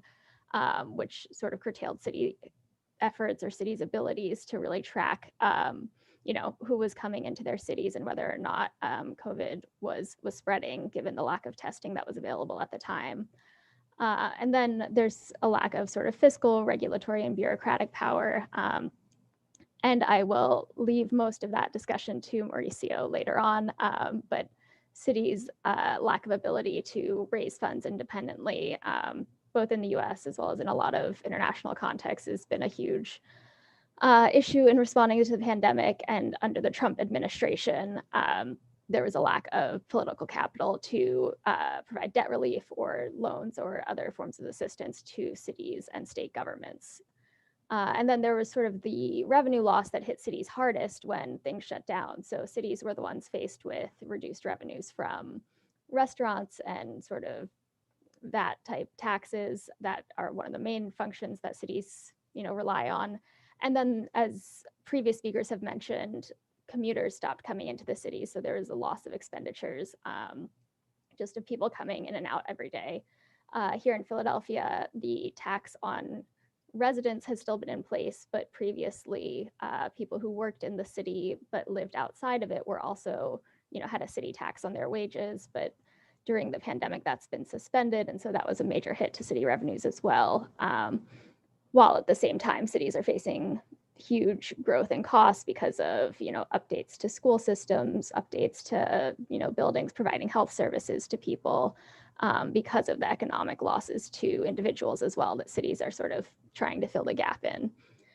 And then national health systems, cities obviously have very little control over how countries decide to provide healthcare to their people, and cities are filling the gaps there as well, but without any sort of authority over how a country is providing insurance or other types of healthcare to its citizens.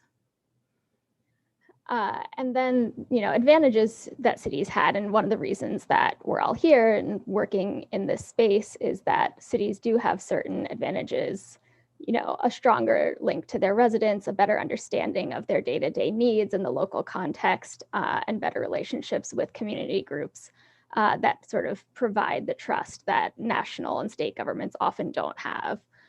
I have nonpartisan here as a strength, as this is often something we talk about, that cities, no one cares whether they're Republican or Democratic leaders. But I would say the pandemic, at least in the US, has really called that into question. Both, public health regulations that were politicized with mask wearing and other, reopening fights, and the failure of the Trump administration to pass any sort of aid to state and local governments in a significant way. So I would say one of the big things to be rethinking when you're talking about geopolitics of cities is, how nonpartisan cities are or maybe should be. And then service provision cities are said to be nonpartisan because they're providing, public transit, trash collection, things like that. And so that's what people turn to their city governments for. And during the pandemic, that's one of the things that cities have, provided for their residents, that people need testing, they need access to vaccines, they need access to food pantries and things like that. Cities have been the ones to fill the gaps and, already had that relationship with their citizens in order to do so.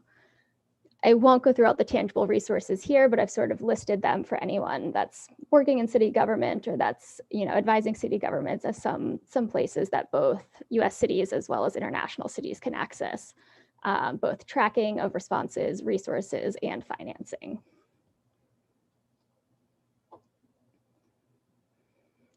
And so I want to spend the bulk of the time sort of talking about how Philadelphia has, responded to, managed, and mismanaged at various times the pandemic and the COVID-19 response.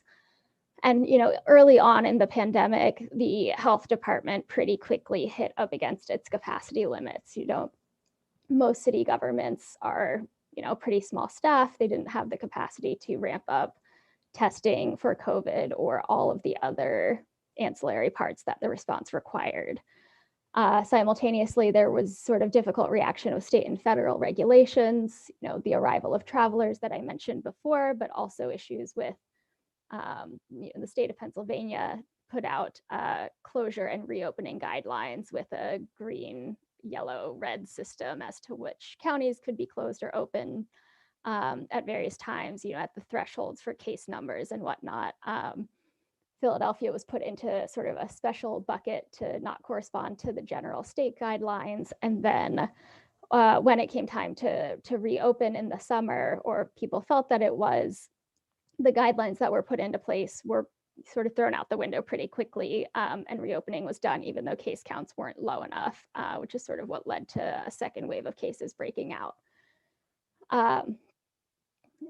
I'll also mention, and I appreciate Michael discussing the vaccine distribution in Philadelphia between Black and white residents, that Philadelphia's main ethnic or racial group is Black Philadelphians. There are 44% of the city is Black Philadelphians, and then 36%, I think, are white Philadelphians. And so the disparity in vaccine distribution, that 21-to-1 would be white to Black Philadelphians, is just absolutely wild. And part of that was caused and is sort of being resolved by some early issues in vaccine distribution as to who the city contracted to do this. And so I mentioned the Philly Fighting COVID issue. This was a startup group that the city contracted with early on, probably as early as May, to provide PPE to the city. Started by a grad student at a university in Philadelphia. I won't say which one, but it wasn't Penn. And that they, started providing PPE, and then they started running testing sites for communities, especially in sort of lower income or less served by public health neighborhoods. And they were working with community groups to build trust and to get, people to come to the to the testing sites. And then once the vaccine started to roll out, they were contracted to provide and to run vaccine distribution centers. At which point they switched from being a nonprofit organization to a for-profit organization because they could bill insurers and for the vaccines that were being provided to them for free by the city and by the federal government. And they closed their testing sites without any notice to the community groups or to the individuals who had come to rely on them, and really broke a lot of trust with the local communities, and then faced sort of a huge outcry for both this as well as vaccines disappearing from the sites and being used or given to personal friends of the people that were running the organization. And so I mentioned this just to show that the startup or innovation economy that people often rely on or talk about when it comes to city governments, it's really important for cities to know who they're trusting to provide municipal services, and community groups, when they extend that trust to new organizations like this, are also going to be a bit more cautious in the future because innovation often leads to lack of trust, or people who, maybe don't know the communities as well as those who've been working there for a longer time. And so the Black Doctors COVID-19 Consortium has actually distributed over 25,000 vaccines at this point to Black and minority residents of the city, while the FEMA vaccine site, which the Biden administration launched pretty recently, has delivered over 360,000 vaccines to Philadelphia residents. And so I say this because it's really important, I think, both that you have these community groups that are providing resources and that are building bridges with groups that might, be hesitant to trust the city or be hesitant to trust the vaccine, but also that the federal resources and sort of ability to deliver vaccines en masse and to run a really organized operation has been critical to delivering vaccines recently in Philadelphia. They've also opened sites sort of across the city and community clinics so that people who don't have access to transit or who maybe can't travel as far can reach them. And then the city is providing transit access, so free bus passes or train passes for people to access the central location, which I think is a really great example of sort of what services the city can and can't provide and how it can work within its own government and system to provide the things that people need to get access to these resources. And so what does that all mean for sort of cities and geopolitics?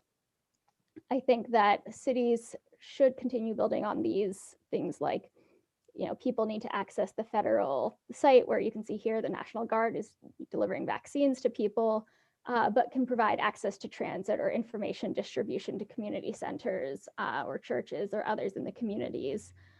And also to connect with local communities to make sure that people are being reached to sign up for appointments or things like that, access to the city library.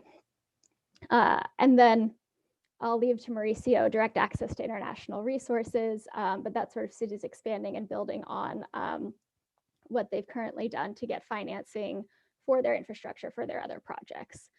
And then what they can learn from this is that you really need to institutionalize these participatory structures. So there are participatory budgeting initiatives that some cities have piloted that we can learn from. Philadelphia has recently launched an environmental justice commission that will have sort of everyday residents of Philadelphia meeting with city council members and other city staff to bring the people into the city government process before crises hit.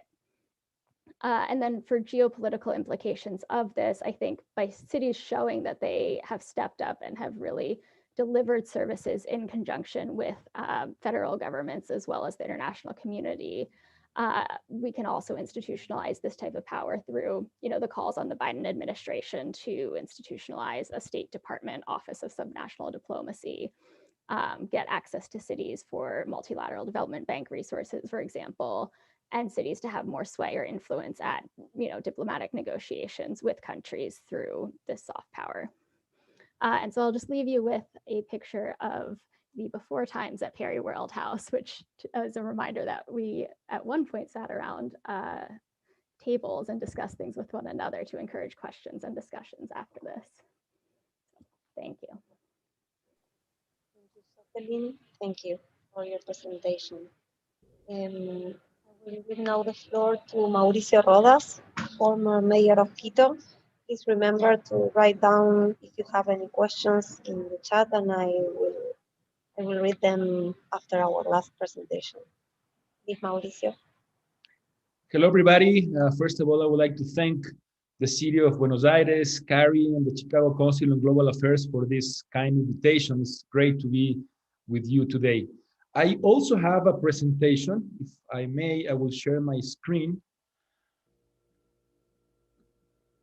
Okay, so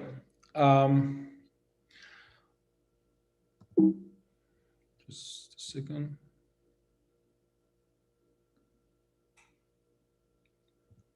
Okay, so as we all know, cities have been at the forefront of the COVID-19 crisis, and that have generated several negative effects for cities. We've seen a huge economic stagnation and job losses. We've seen a great reduction in tax revenues and very severe budgetary constraints. We've seen how poverty went up as well as the inequality gap. And of course, we also seen how all public services in cities have been affected. But despite these negative effects, many cities around the world have demonstrated amazing leadership, resilience capabilities. They have implemented very effective, bold, and efficient actions that have saved thousands of lives. Around the world, we've seen how cities were able to overcome, obstacles like their, like their weak institutional capacity, the lack of the lack of proper access to resources, limited legal consequences. But again, in spite of that, they were able to perform well in many cases, probably even more so than national governments in dealing with this pandemic. Now, cities are already key international players, and they have gained an important role at the international arena on its own right. But now, once again, cities have demonstrated being key players in facing one of the world's most pressing issues, probably the worst crisis that the world has experienced in the last century. Cities were at the forefront and dealing with it efficiently in many cases. So I think that the city's role during this pandemic reinforces the need to keep increasing their influence at the global stage. Now, for this to happen, of course, city diplomacy has become a very important tool to keep advancing the international agenda of cities during the COVID-19 crisis. And we've seen many examples of that. We've seen very effective cooperation schemes between mayors, bilateral schemes. For example, Milan received masks from Wuhan. So did Bristol from Guangzhou. We've seen how, for example, there were kind of informal cooperation schemes between cities. And I really love this anecdote, the creation of a WhatsApp chat among international affairs officials from many cities that was created to exchange ideas and best practices on how to deal with the pandemic. We've also seen how many city networks launch different initiatives to support cities and mayors in dealing with this challenge. For example, C40 created a mayoral task force for supporting mayors, providing them with technical assistance and knowledge sharing about how to face the COVID crisis. We've also seen how the Urban 20 created a special working group on COVID-19 and future external shocks to support cities and mayors in this regard. We saw also how the Bloomberg City Leadership Initiative launched a very ambitious program that gathered more than 300 mayors to share best practices on how to deal with the COVID crisis. We saw as well how the US Conference of Mayors advocated for additional emergency funds for the COVID relief in cities. But we also saw how many cities and cities organizations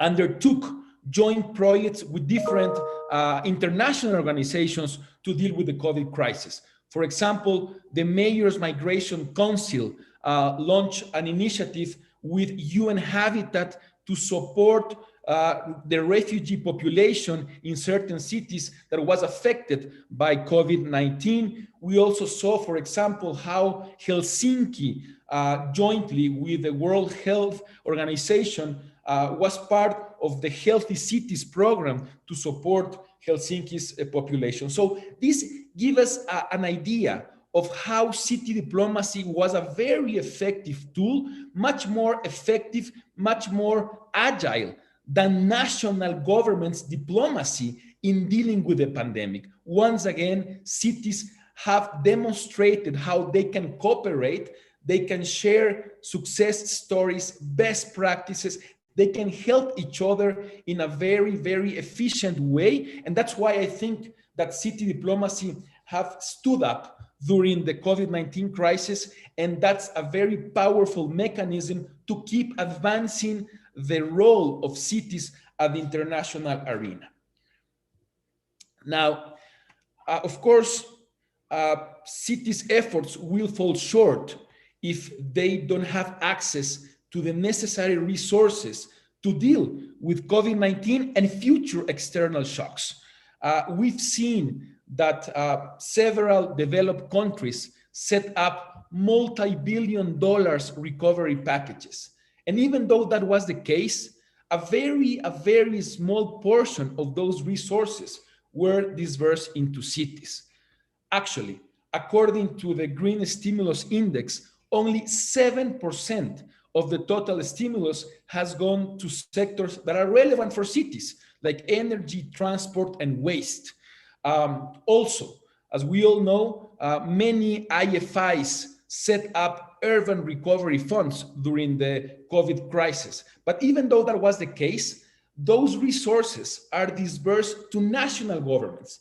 And when it comes for national governments to channel those resources into cities, that becomes a highly politicized process. So as a conclusion, we can say that the international financial reaction to this pandemic does not resonate with the key role that cities played during the COVID crisis and the one that cities will most likely play during the future external shocks that we most likely will face in the years to come.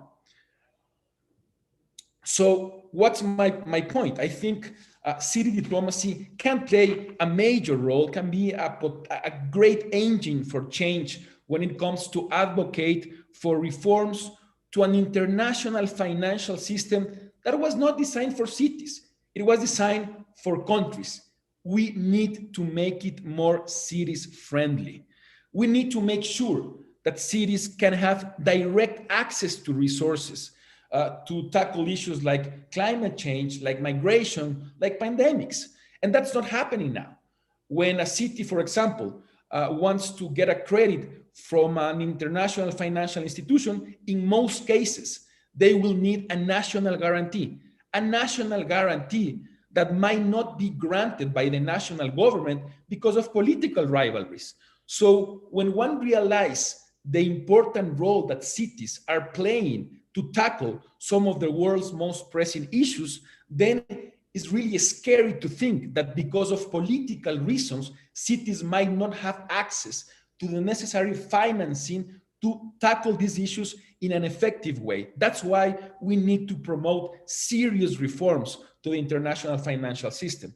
We all know that cities need huge investments in soft and hard infrastructure to develop their resilience capabilities that have proven key to save thousands of lives during the COVID-19 crisis. Now, in order for this to happen, we need new and disruptive ideas. And luckily, there are already some new and disruptive ideas being discussed, as Jocelyn already pointed out.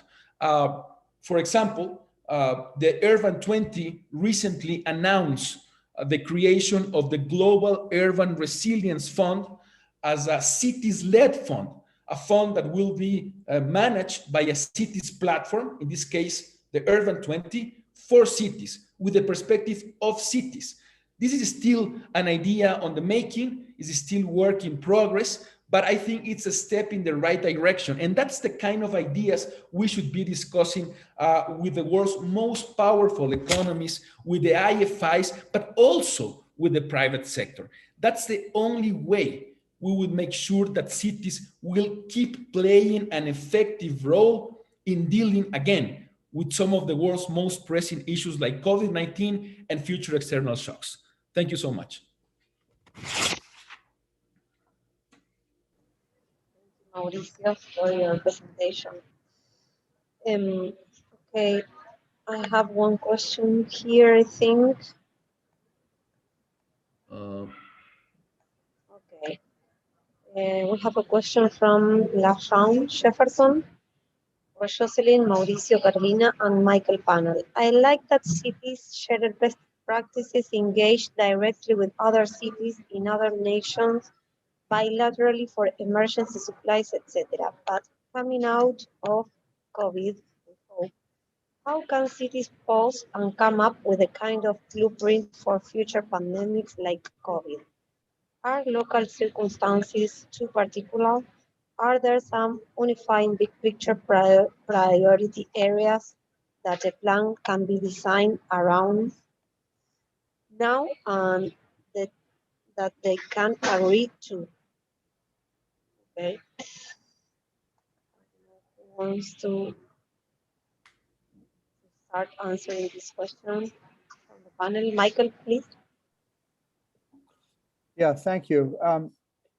I thank you for the question, and I think that the question very well follows these presentations in this panel. I think that the point that I was trying to make is that the current distribution of infrastructure, current composition of infrastructure, turns out to be too heavy in some directions and not enough in others. And I would argue that it has not been socially oriented enough. We put too much money into roads and big infrastructure. And if New Yorkers, for example, were given a choice about whether they need a tunnel under the river to bring more cars into Manhattan, or whether they need more hospitals and more health facilities, I think we've learned after COVID that we need more health facilities. So the question of rethinking the question of priorities, I think is very important. And that hopefully would inform the initiatives that Mauricio mentioned being taken by the U20 and other organizations. Thank you. Thank you, Michael. Anyone else? Anyone can add something to this question?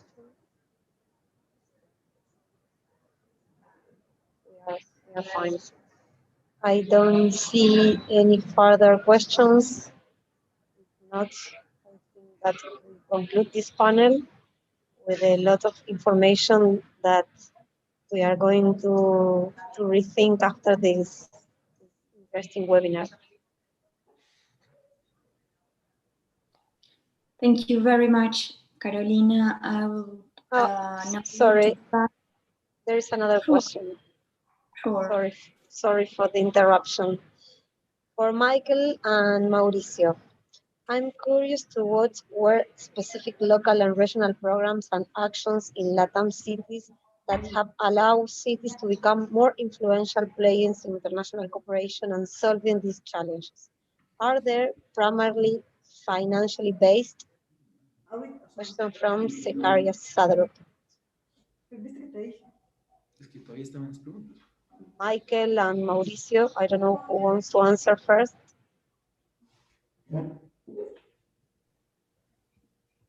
Well, perhaps Mauricio would like to answer first. I don't know if he's.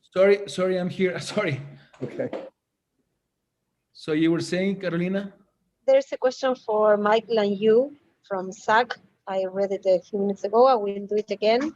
I'm curious to what were specific local and regional programs and actions in LATAM cities that have allowed cities to become more influential players in international cooperation and solving these challenges. Are they primarily financially based?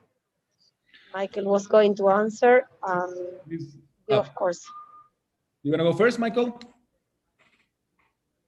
You can go first. It's fine. Okay, I think that there's still a lot to do regarding, the advocacy work of cities for improving their financial accessibility to international markets.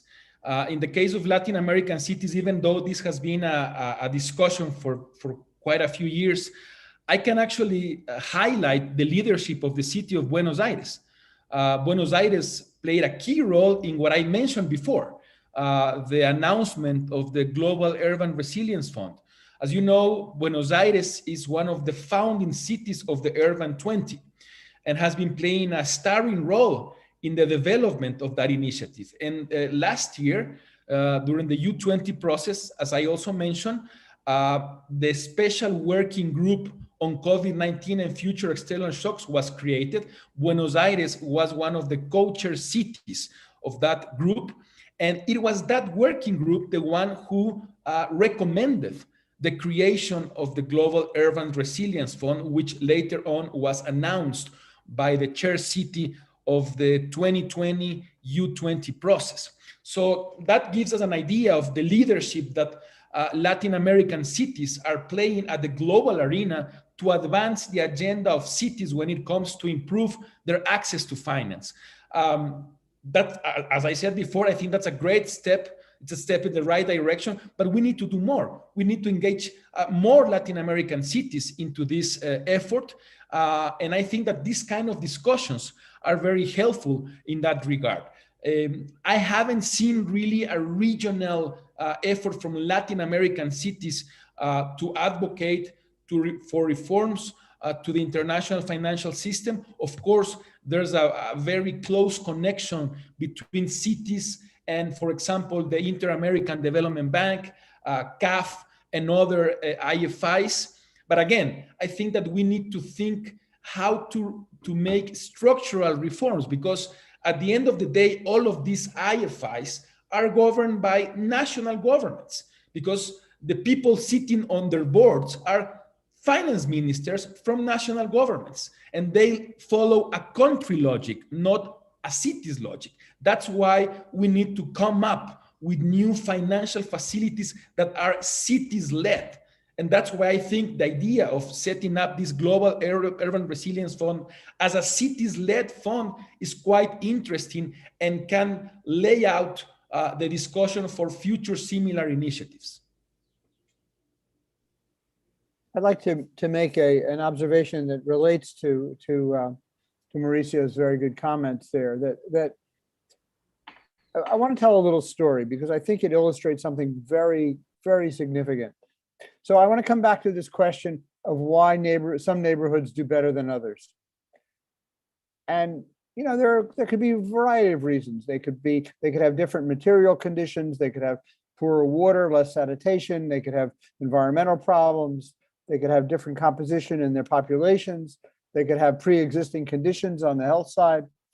But they also, the ones that do better might be the places which have had some prior experience in organizing themselves, in sharing information and knowing where the vulnerable people are, and being able to move more quickly in responding to the crisis. And this is exactly what we found in Vigibente, that they were able to buy time because they had already worked together in a slum upgrading program.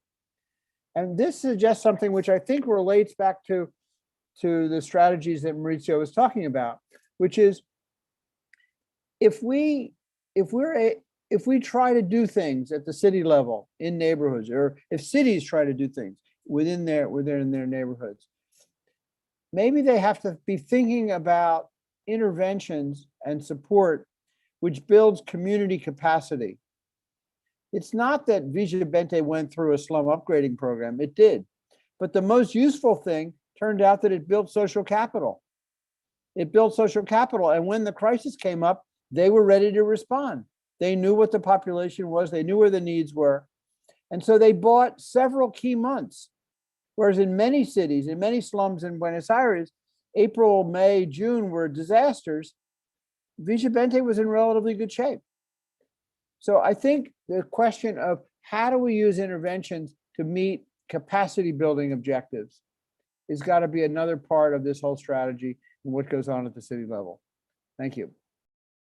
Can I add something, Carolina? Going back to the question, as a follow-up to what Michael said, there was also an interesting initiative talking about regional initiatives, because that's the question about, right? There was this initiative carried out by the mayors of Buenos Aires, Bogotá, Montevideo, and a couple of other capital cities from Latin America within UCSI, which is another network, the network for Hiero-American capital cities, also to share information and to cooperate among themselves during the COVID-19 crisis. So yes, I mean, I would say that Latin American mayors have been very active during the pandemic. And I think that the next step now is to advocate to improve financing as a means to develop the kind of actions that cities need to develop.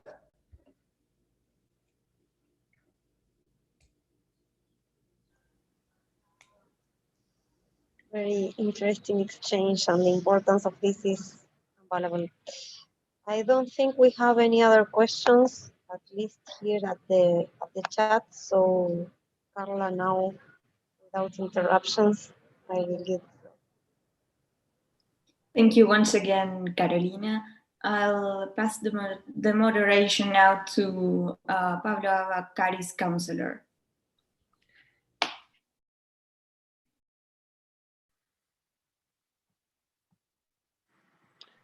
Good morning, good afternoon. We have now the Urban Planning and Innovation in a Post-COVID Environment Challenge and Resilience Shaping panel. We expect from this panel to bring up some visions, ideas, and proposals on this new phenomenon that are cities dealing with this pandemic scenario. There is no doubt that the COVID-19 on urban and metropolitan areas has been important and in some cases devastating for cities. Some cities already are leading the changes and innovation that needed to offer attraction to post-pandemic investment and to attract human capital. Cities have new roles in this global crisis, and we are certainly facing changes in this 21st century subnational government's transformations.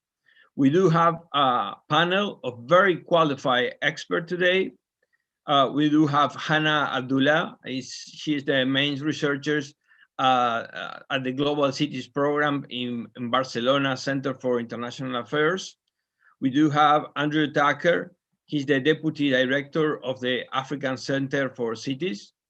We do have Alfonso Vegara, President of Metropolis Foundation, the Center of Excellence for Design, Future, and Cities. He's a PhD in city and regional planning, architect, economy, sociology, honorary consul of Singapore in Madrid, and the author of important books like Territories in Smart Territories and Super Cities. And finally, we have Patricio Zambrano, who is the Housing and Urban Development Specialist in the Inter-American Development Bank. We will start by Hannah, and I would like her to speak about this new scenario and how she is imagining the development and the future of the cities in this scenario. Hannah, please. Thank you very much, Pablo, and thank you very much to CARI for the kind invitation. This has been a great and very inspiring discussion so far.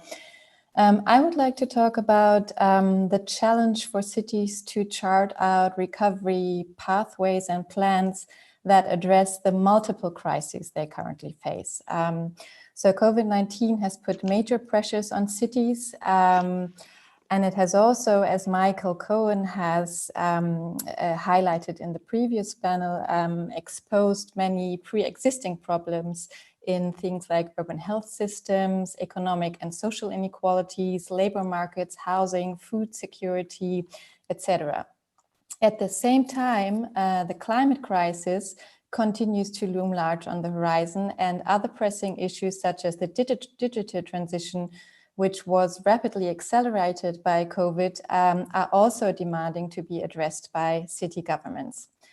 Now, faced with this scenario of multiple crises and systemic flaws, many cities have begun to formulate long-term recovery plans that aim to build back in a more resilient and innovative way, and crucially also in a way that is in alignment with their sustainability and climate goals. The major challenge with these plans will be that they are designed and implemented in a truly integrative and holistic way that bridges the economic recovery with the green and digital transitions, and that this is done in a way that is just and sustainable. Doing this in a just and sustainable manner will be difficult, given that many cities are facing major revenue and budget shortfalls because of the pandemic. But at the same time, once the funds from stimulus packages that have been passed by the European Union and national governments such as the US, once these funds start flowing, there will be major opportunities for long overdue investments in urban resilience, from economic to social and climate resilience, and cities will need to have their plans in place to be able to tap into these funds and to act fast. I would like to highlight 3 areas that I believe will be key to a green and just urban recovery, and which are also areas in which a growing number of European cities are now formulating and implementing innovative plans and projects. I'm focusing on European cities because these are the ones I know best and I've done most work on. But I, of course, need to add that also many cities beyond Europe are working in these areas.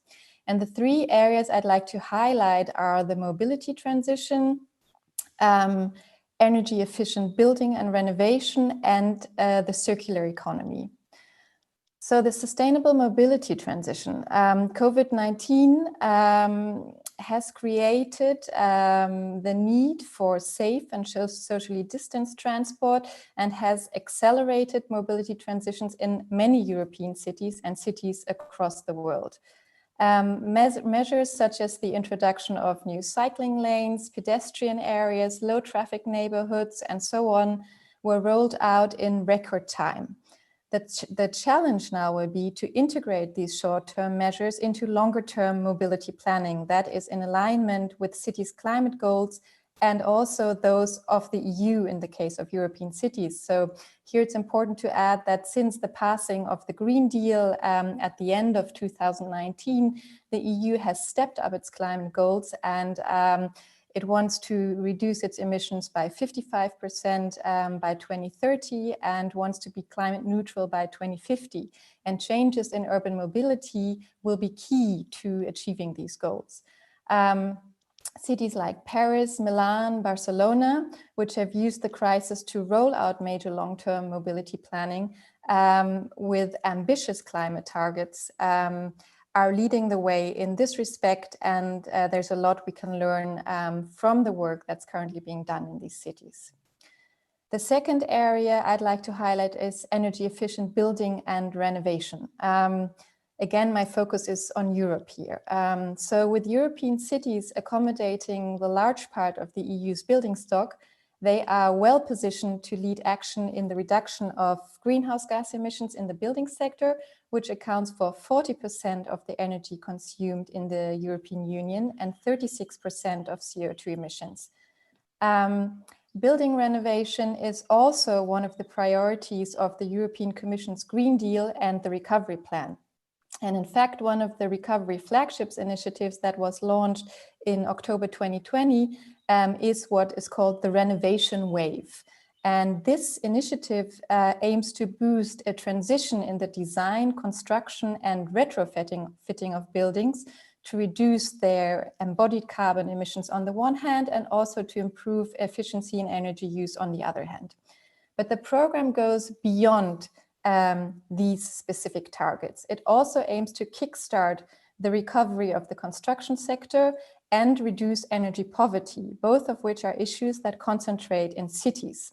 So it's, in a sense, an important program for the urban dimension of the recovery and the Green Deal. Especially cities in Northern Europe, such as Helsinki, are already planning for the EU Renovation Wave funds in cooperation with their national governments. And I have highlighted this initiative because I think it's very interesting in how it tries to integrate the green transition with the economic recovery and do so in a just manner by addressing energy poverty. The third area and last area I would like to highlight is the circular economy. Many European cities are turning to circular development in an effort to formulate long-term recovery strategies that are in alignment with their sustainability and climate goals. and Amsterdam, which has made its circular strategy the central pillar of its recovery plan, is really leading the way here. But there are also other cities that are acting. And this we can see, for example, in the fact that in October 2020, so in the midst of the COVID crisis, major European cities launched the European Circular Cities Declaration, which now has over 30 signatories.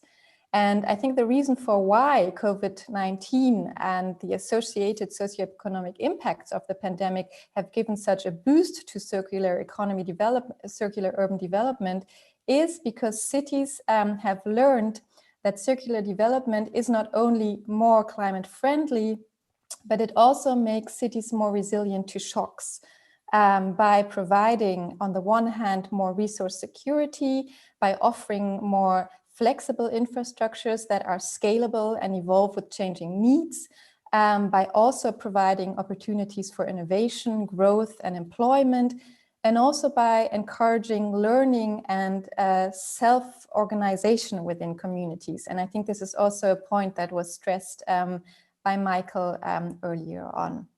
Thank you very much. Thank you very much, Hannah. Now we move to Andrea Tarker from the African Center of Cities. Andrea is working in particular in a case that is South Africa. We would like to hear about it. Andrea, it's your floor. Thank you, Pablo, and thank you, everyone. It's been a really informative day so far. Okay, so what I've been asked to talk about in my brief time today are the ways in which COVID-19 has highlighted challenges in the urban environment and for urban planning in South Africa and in Cape Town in particular. So I'm going to talk about the difficulties that continue to exist in terms of informality and informal settlements as a result of COVID-19 and the possibilities that are emerging to be able to address these issues in a South African context. As I'll conclude, not addressing these issues also presents security concerns, which not only affect the South African state internally, but can also potentially detrimentally affect South Africa's wider geopolitical standing. So hopefully this will act as a potentially interesting counterpoint to some of the examples that have come before. Okay, so just as background, South African cities, as with many African cities more generally, are notable for their relatively very high levels of informality. In Cape Town, there are nearly 150,000 informal households.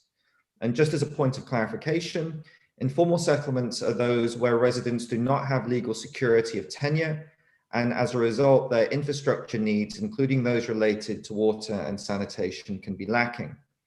They also tend to be overcrowded and lack resilience against different types of shocks, from economic to public health related shocks. In the context of COVID-19, these environments make being able to mitigate against the pandemic and effectively socially distance very difficult, something Michael Cohen pointed out briefly earlier. Recent work in Cape Town highlights that for residents of informal settlements, the only way they'd be able to socially distance would be to not leave their homes at all. Even in the case of lockdowns, where residents would be advised not to leave their homes anyway, residents are still being asked to do the impossible, as they'd be unable to leave their homes to access communal toilets and water standpipes while maintaining a safe 2-meter separation distance.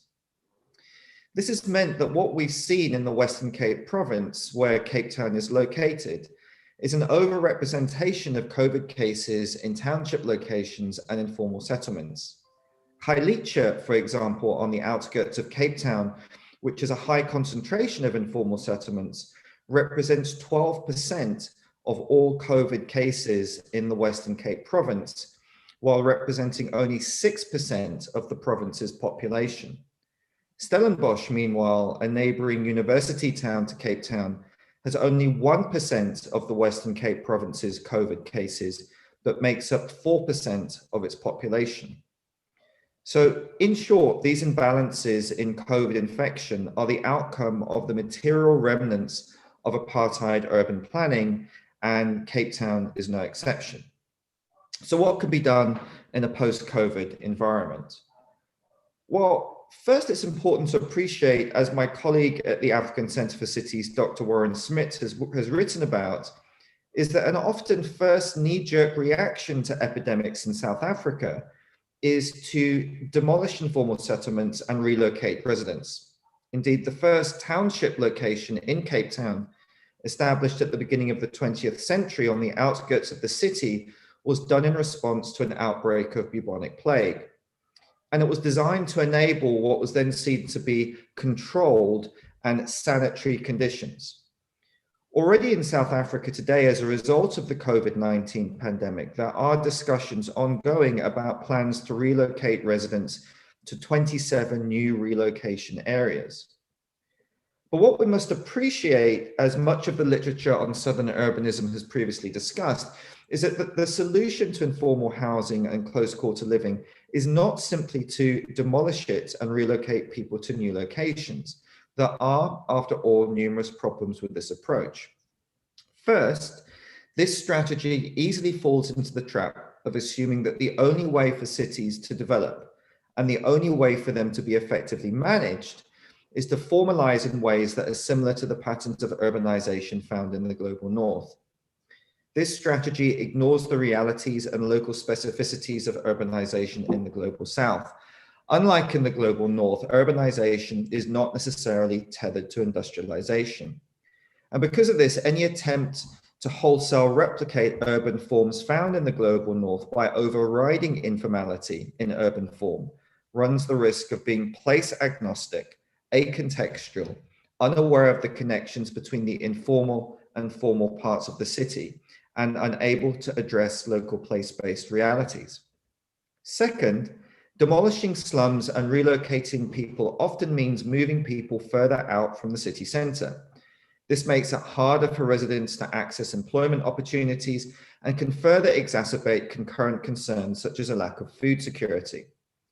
As the history of forced relocations during apartheid in South Africa also shows us, a key negative outcome of forced relocations to the periphery of a city is the breakdown of social bonds, the breakdown of social capital, and the reduction in the actual resilience of communities themselves, a point that Michael also alluded to earlier.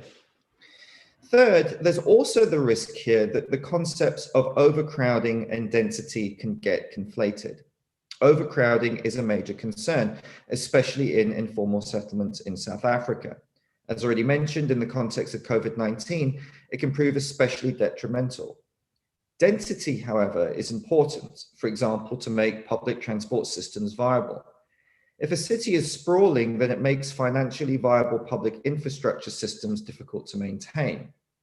What is needed and what cannot simply be solved by moving people to new spaces on the outskirts of cities in the name of public health or any other rationale are compact and connected cities that do not suffer from overcrowding. In other words, as my colleague Warren Smith has previously succinctly put, it is possible to densify a city while simultaneously reducing overcrowding. So what's the solution? Well, the solution is already well known, and it speaks to the points made earlier by other speakers that COVID has simply exacerbated pre-existing challenges. And because of that, the solutions to some of those challenges are also pre-existing. And in the context of informality, this is something that has been worked on by colleagues of mine at the African Center of Cities for a number of years. All the COVID pandemic has simply done is bring more clearly into focus what needs to be done, by whom, and how. Put simply, the upgrading of informal settlements needs to take place in ways that provide residents with adequate living space and services such as water and sanitation in ways that are truly participatory. This participatory engagement must also be met by a range of social and economic development programs to improve people's lives, reduce their vulnerability to risks, and make them more resilient. The reality, of course, is that this process is oftentimes messy and complex. There's no one-size-fits-all model to participatory informal settlement upgrading, and assuming there would be is as problematic as assuming that the urban form of African cities should fit the models of urbanization found in the global north. What this needs, however, and this is something that the African Centre for Cities is currently championing, and also speaks directly to the broader aims of the Great Powers and Urbanization Project, are methods and processes that allow for key innovation and success stories to be effectively shared across cities and especially across countries. There's a need for regional innovation platforms and hubs that share best practices and connect key change agents located in particular cities to one another. There also needs to be greater awareness here of the effective strategies that draw together effective city governance with NGO and community participation. City governments cannot by themselves solve the informality and overcrowding question. They require the support of a range of stakeholders, including national governments in terms of effective fiscal flows from central governments to local authorities, and capacity building support. City authorities can also directly benefit from international and regional bodies in the region who are willing and able to engage with local place-based realities rather than import wholesale one model of urban development. Various international groups such as the Coalition for Urban Transitions and UN Habitat's Prosperity Fund are now actively working with South African national and metropolitan governments on these issues. Here, the drive is increasingly on developing holistically resilient communities rather than applying narrowly sectorally defined solutions to urban housing, urban health, or urban socio-spatial inequality on their own. Thanks, I'm just finishing off. And lastly, it must also be pointed out that not taking such an approach has direct security issues within the South African state and can potentially detrimentally affect South Africa's wider geopolitical standing. Within the South African state, we're seeing this through various forms of protest. Increasing service delivery protests, for example, are a clear example of urban citizens' view that the state has so far failed to address their basic service delivery needs, especially in townships and informal settlements. Equally, the rise of xenophobic attacks in such spaces are a direct result of economic inequalities that will be and are being exacerbated by COVID-19. South Africa's position as a regional economic and political leader, its geopolitical discursive framing tied to the notion of South African exceptionalism post-apartheid, and its entry point for global capital into the wider continent may come increasingly under threat if it's unable to address particular persistent challenges and persistent urban challenges in its own backyard. Thank you. Thank you, Andrew. Now we move to Alfonso Vegara, the president of Metropolis Foundation. We would like to hear about the state of the art in cities change and cities preparation for an after COVID scenario. Alfonso? Thank you, Pablo. No, it's a real privilege to participate in this conversation.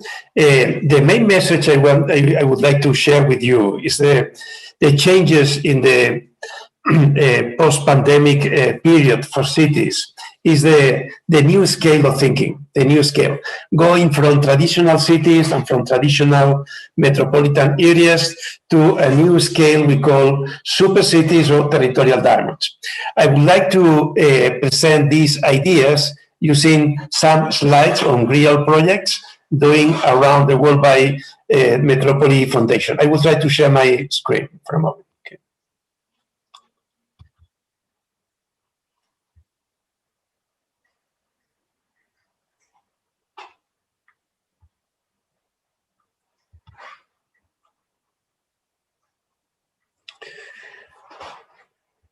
Can you see my screen now, Pablo? Yes. Okay. Yes, we are seeing. Okay, thank you.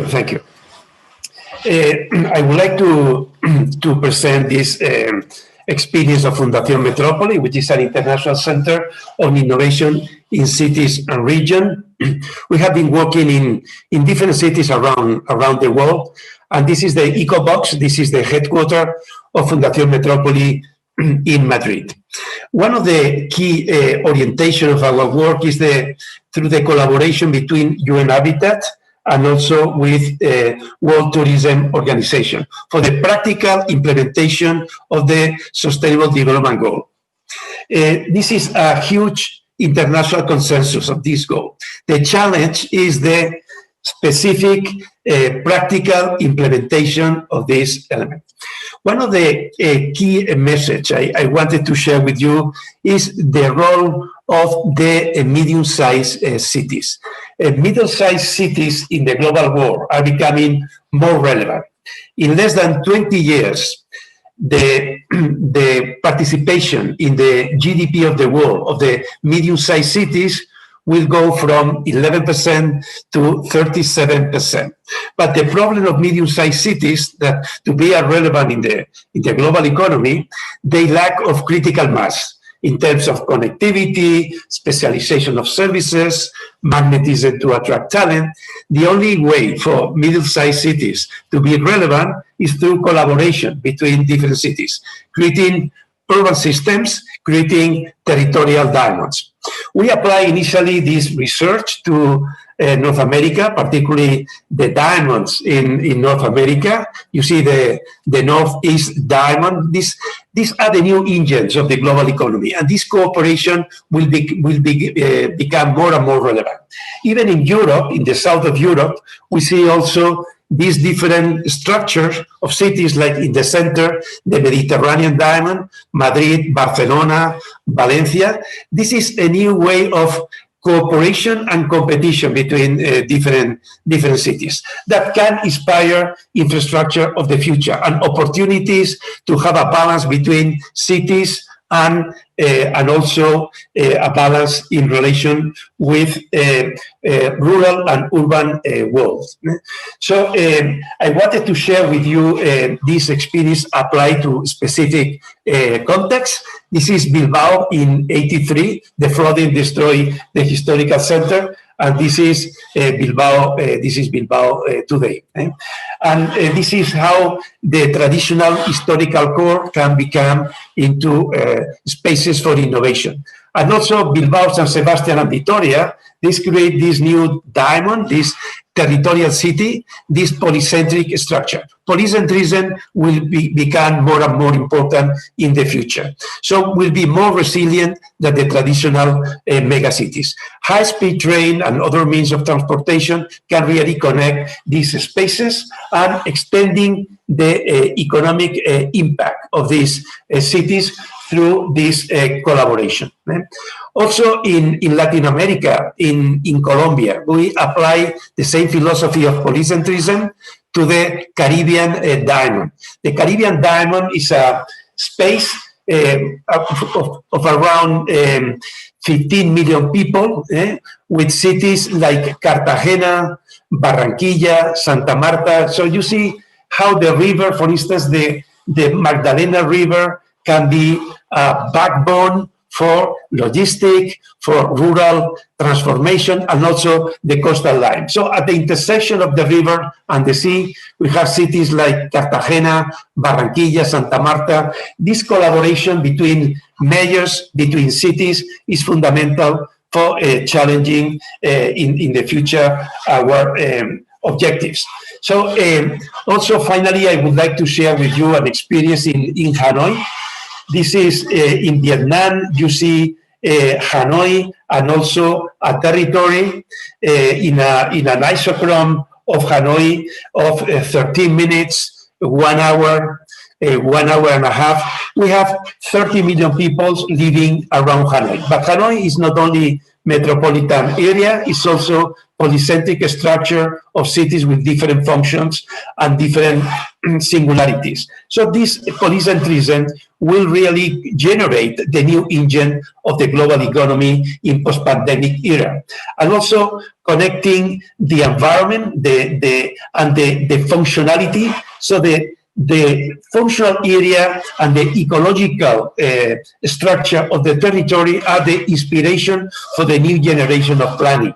It's not about the planning administrative territories, but planning functional and ecological coherent territories. You have, for instance, here the different industrial parks in Hanoi, and also how you can generate specific projects based on nature, like this one we call the Eco Park. This is a new project, a new generation. You can really define public space, no space for car, but designing nature, designing streets, designing a square, these boulevards. And then when the definition of public realm is finished, you can really go beyond that and design the architecture. But this combination between architecture and nature, or design with nature, is really a singularity for the challenges ahead. And also how we can generate sustainable places by attracting talent and promoting innovation.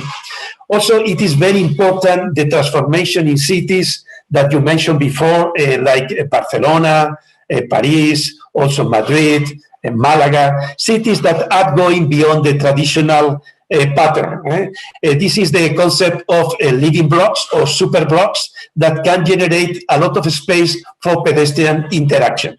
This is also the possibility of generating new typologies and also integrating digital technology with the public space and with the physical design. This is the concept of the Diamond City. It's a project that is finalizing now in Hanoi, the Diamond City, and also is inspired in this stone transformed by human creativity in a diamond. Also, the diamond is the metaphor that can really inspire this integration between digital and physical intervention. So the message I wanted to share with you in these few minutes is the idea of the new scale of thinking, the new territorial scale that will inspire particular projects in combination, in dialogue with the surrounding territories. Thank you very much. Thank you very much, Alfonso.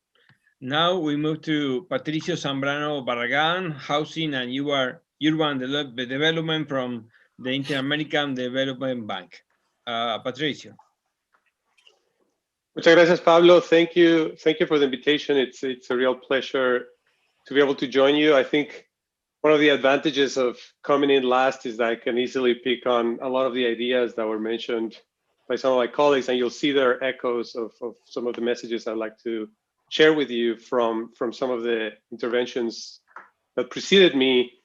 And in particular, these thoughts that I want to share with you are some that are very present for us at the Inter-American Development Bank over the things that we've been thinking about a lot since COVID hit.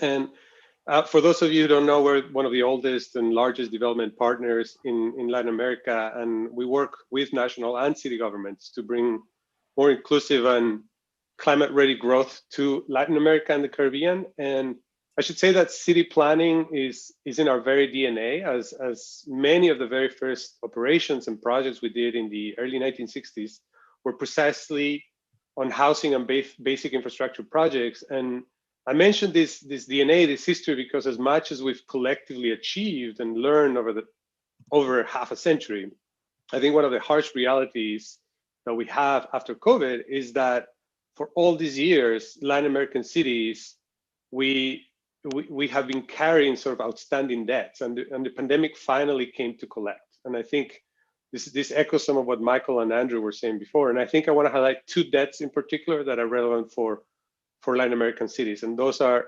informality and inequality. I think, yes, we all believe in the power of cities to improve people's lives.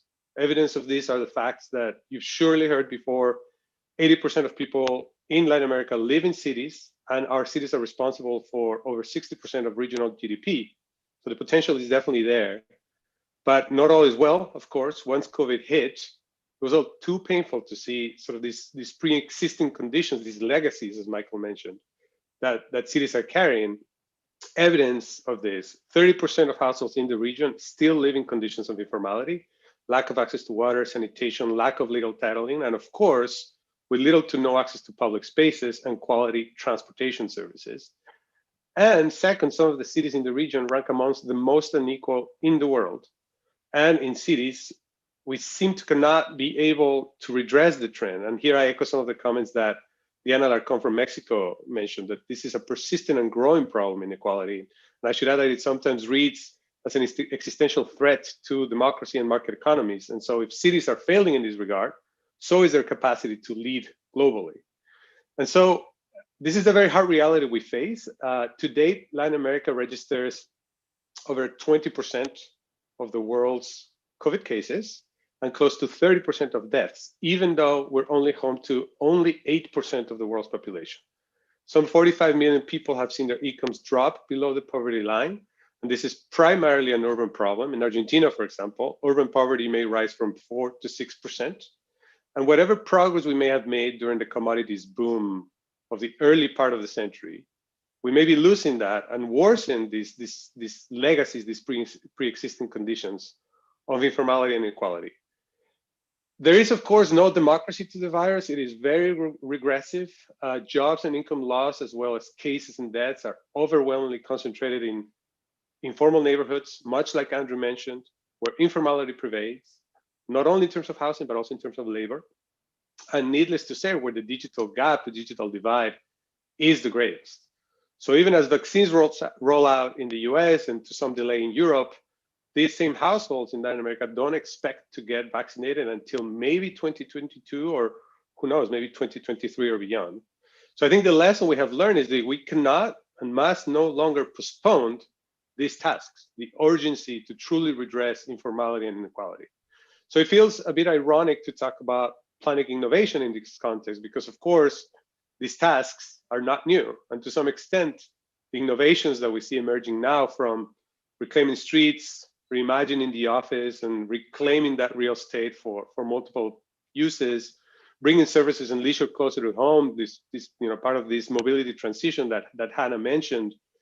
And you know that in Latin America, people can often spend more than 2 hours commuting to work. And of course, caring and finding for new public spaces, particularly green and conserved natural spaces.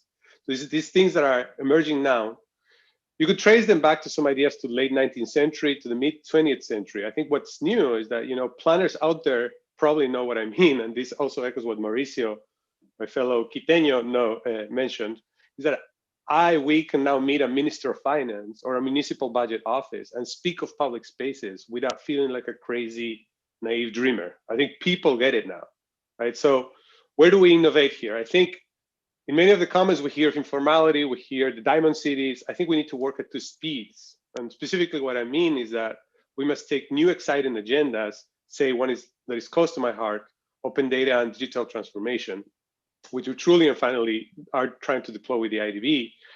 And we must marry that with more traditional brick and mortar strategies for informality, about how far families must travel to enjoy nature, how they deal with solid waste. These tasks and these agendas must be interconnected. I think a second one is that we have to capitalize on the rapid digitalization of everyday lives to truly strengthen city-to-city partnerships. This is also a theme from the sessions today. What Fernando Straface at the beginning mentioned, beyond some of the programs that we have to strengthen municipal actions, such as metropolitan governance in Argentina and Chile, or some of the institutional blocks that cities face in terms of financing, I think just as I speak right now, the IDB is meeting in Barranquilla, Colombia for its annual governors meeting. And the top of the agenda is a discussion about the recapitalization of the bank. And this could be a milestone that could significantly enhance our capacity to work with cities. Alongside this meeting, however, my colleagues and I have worked to bring together over 100 mayors from the region right now. This is the largest gathering we have had ever sponsored. And this has been made possible by the virtual presence of a lot of these mayors. And in this forum, the mayors are chatting in very small sessions with each other in trust to share their post-COVID vision and brainstorm about institutions like ours. I think a third innovation, and with this I'll close, is that COVID has turned everyone into a planner. And I think this to me this is incredible to me. This has powerful implications for the democratic push from cities. People who have worked in city development, many of my colleagues in this webinar, have preached about how cities can lead the way into the future. It is where people, jobs, and services are.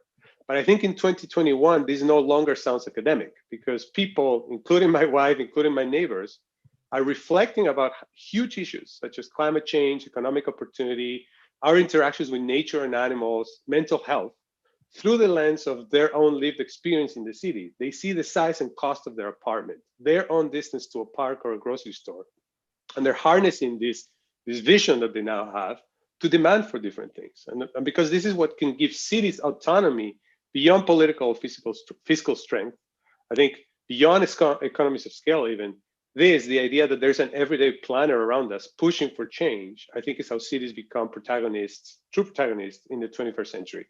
And I think I'd like to close with that. So outstanding debts and marrying these multiple agendas and make sure that everyday citizens are also protagonists. And with that, I'll close. Thank you. Thank you, Patricio.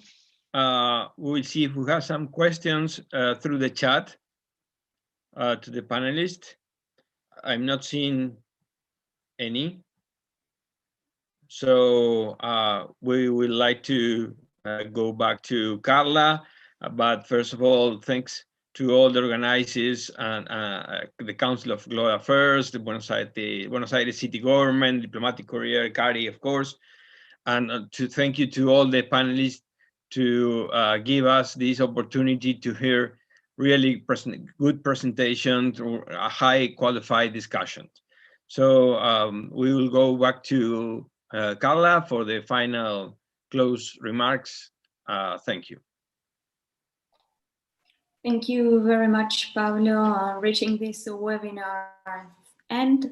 I would like to leave the floor to CARI's Academic Secretary, Juan Bataleme, and the City of Buenos Aires Undersecretary of International Relations, Francisco Resnicoff. Juan, floor is yours. Good morning, good afternoon, and probably good evening right now in some part of the world. Thank you very much, everyone, for being here. Thank you to our partner, especially to the Chicago Council of Foreign Affairs, and also the Buenos Aires City Government to enable us to bring you these powerful discussions on city with a global perspective, but centering in especially in Latin America, as the first panel show us. My first reflection, which is there are a lot of discussions, ideas that speakers brought us in these 2 hours of sessions. My first comment and reflection is that cities are much alive right now, as the Francisco Resnicoff put in the first panel. There is no, the COVID crisis, it do not mean that there is the end of the cities. The cities are trying to adapt because they have the capabilities to adapt, as it was presented by Hannah and Andrew Tucker. The discussion is what is next right now. And the important thing in this point is that there is a transition span, I think. And the problem and the question is how long this transition span is going to long. So it's my first reflection. The other question that it was brought by the first panel and also in the second panel is that great powers will find cities in the global south ready to receive, not to receive help, ready to receive the experience and also the resources that they have to rethink and rebuild whatever was lost in this crisis. So in that sense, cities became the geopolitical framework for conflict and cooperation, and it was presented by some of the speakers early on. So I think that the city centrality in this geopolitical context, in the case of Latin America, which has plenty of cities, hunger for resources and hunger to move out from this crisis as a good opportunity for the great power to play power politics, which is an open question right now. So this is the second reflection. The third reflection and the last one is that cities, we as far as I've been listened, cities are battlegrounds, and that those battlegrounds are interconnected because cities reflects more than ever the national spirit. So as it was put it by the CARI's vice president, Francisco de Santibáñez, we are facing a lot of conflicts around ideas, around influence, but also around people, because people show us how this battle around, how the future fights are fought in the city's space. So I like to address that point as a third idea. And in concrete terms, the idea of Michael Cohen of cause and effect and his joke about our taxi drivers in Buenos Aires, which most of our taxi drivers are specialists in politics, in international politics, in social and economics, which is one of our main characteristics as cities, is that we are facing the cause of the future effects that we are looking in the next 10 years. So most of the ideas here, it's about the effects. We are not discussing only the cause, but we are looking how to shape the effects.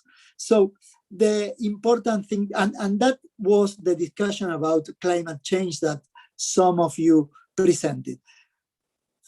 Finally, I would like to thank everyone here, thank to the speaker, thank especially to Carla Gebetsberger from the academic secretary of CARI, and Ian for his constant and helpful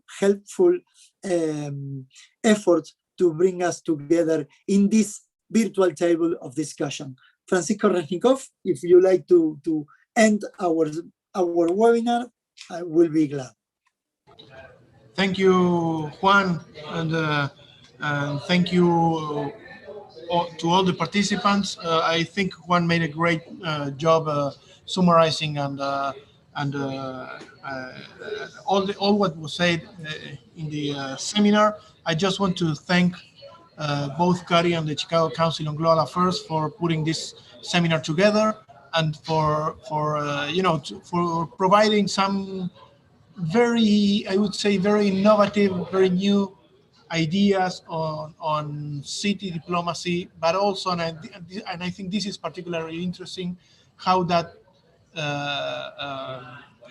influences global powers and geopolitics. I think that's a great idea, and I want to thank also Ian from UPenn, who has been working on this issue, and I would say one of probably the first ones in thinking about this kind of side issues that emerge from the agenda, which is of course mostly a reflection of the importance of cities in the global agenda, in the global discussions, and in that sense, the growing weight that local diplomacy has at the international arena.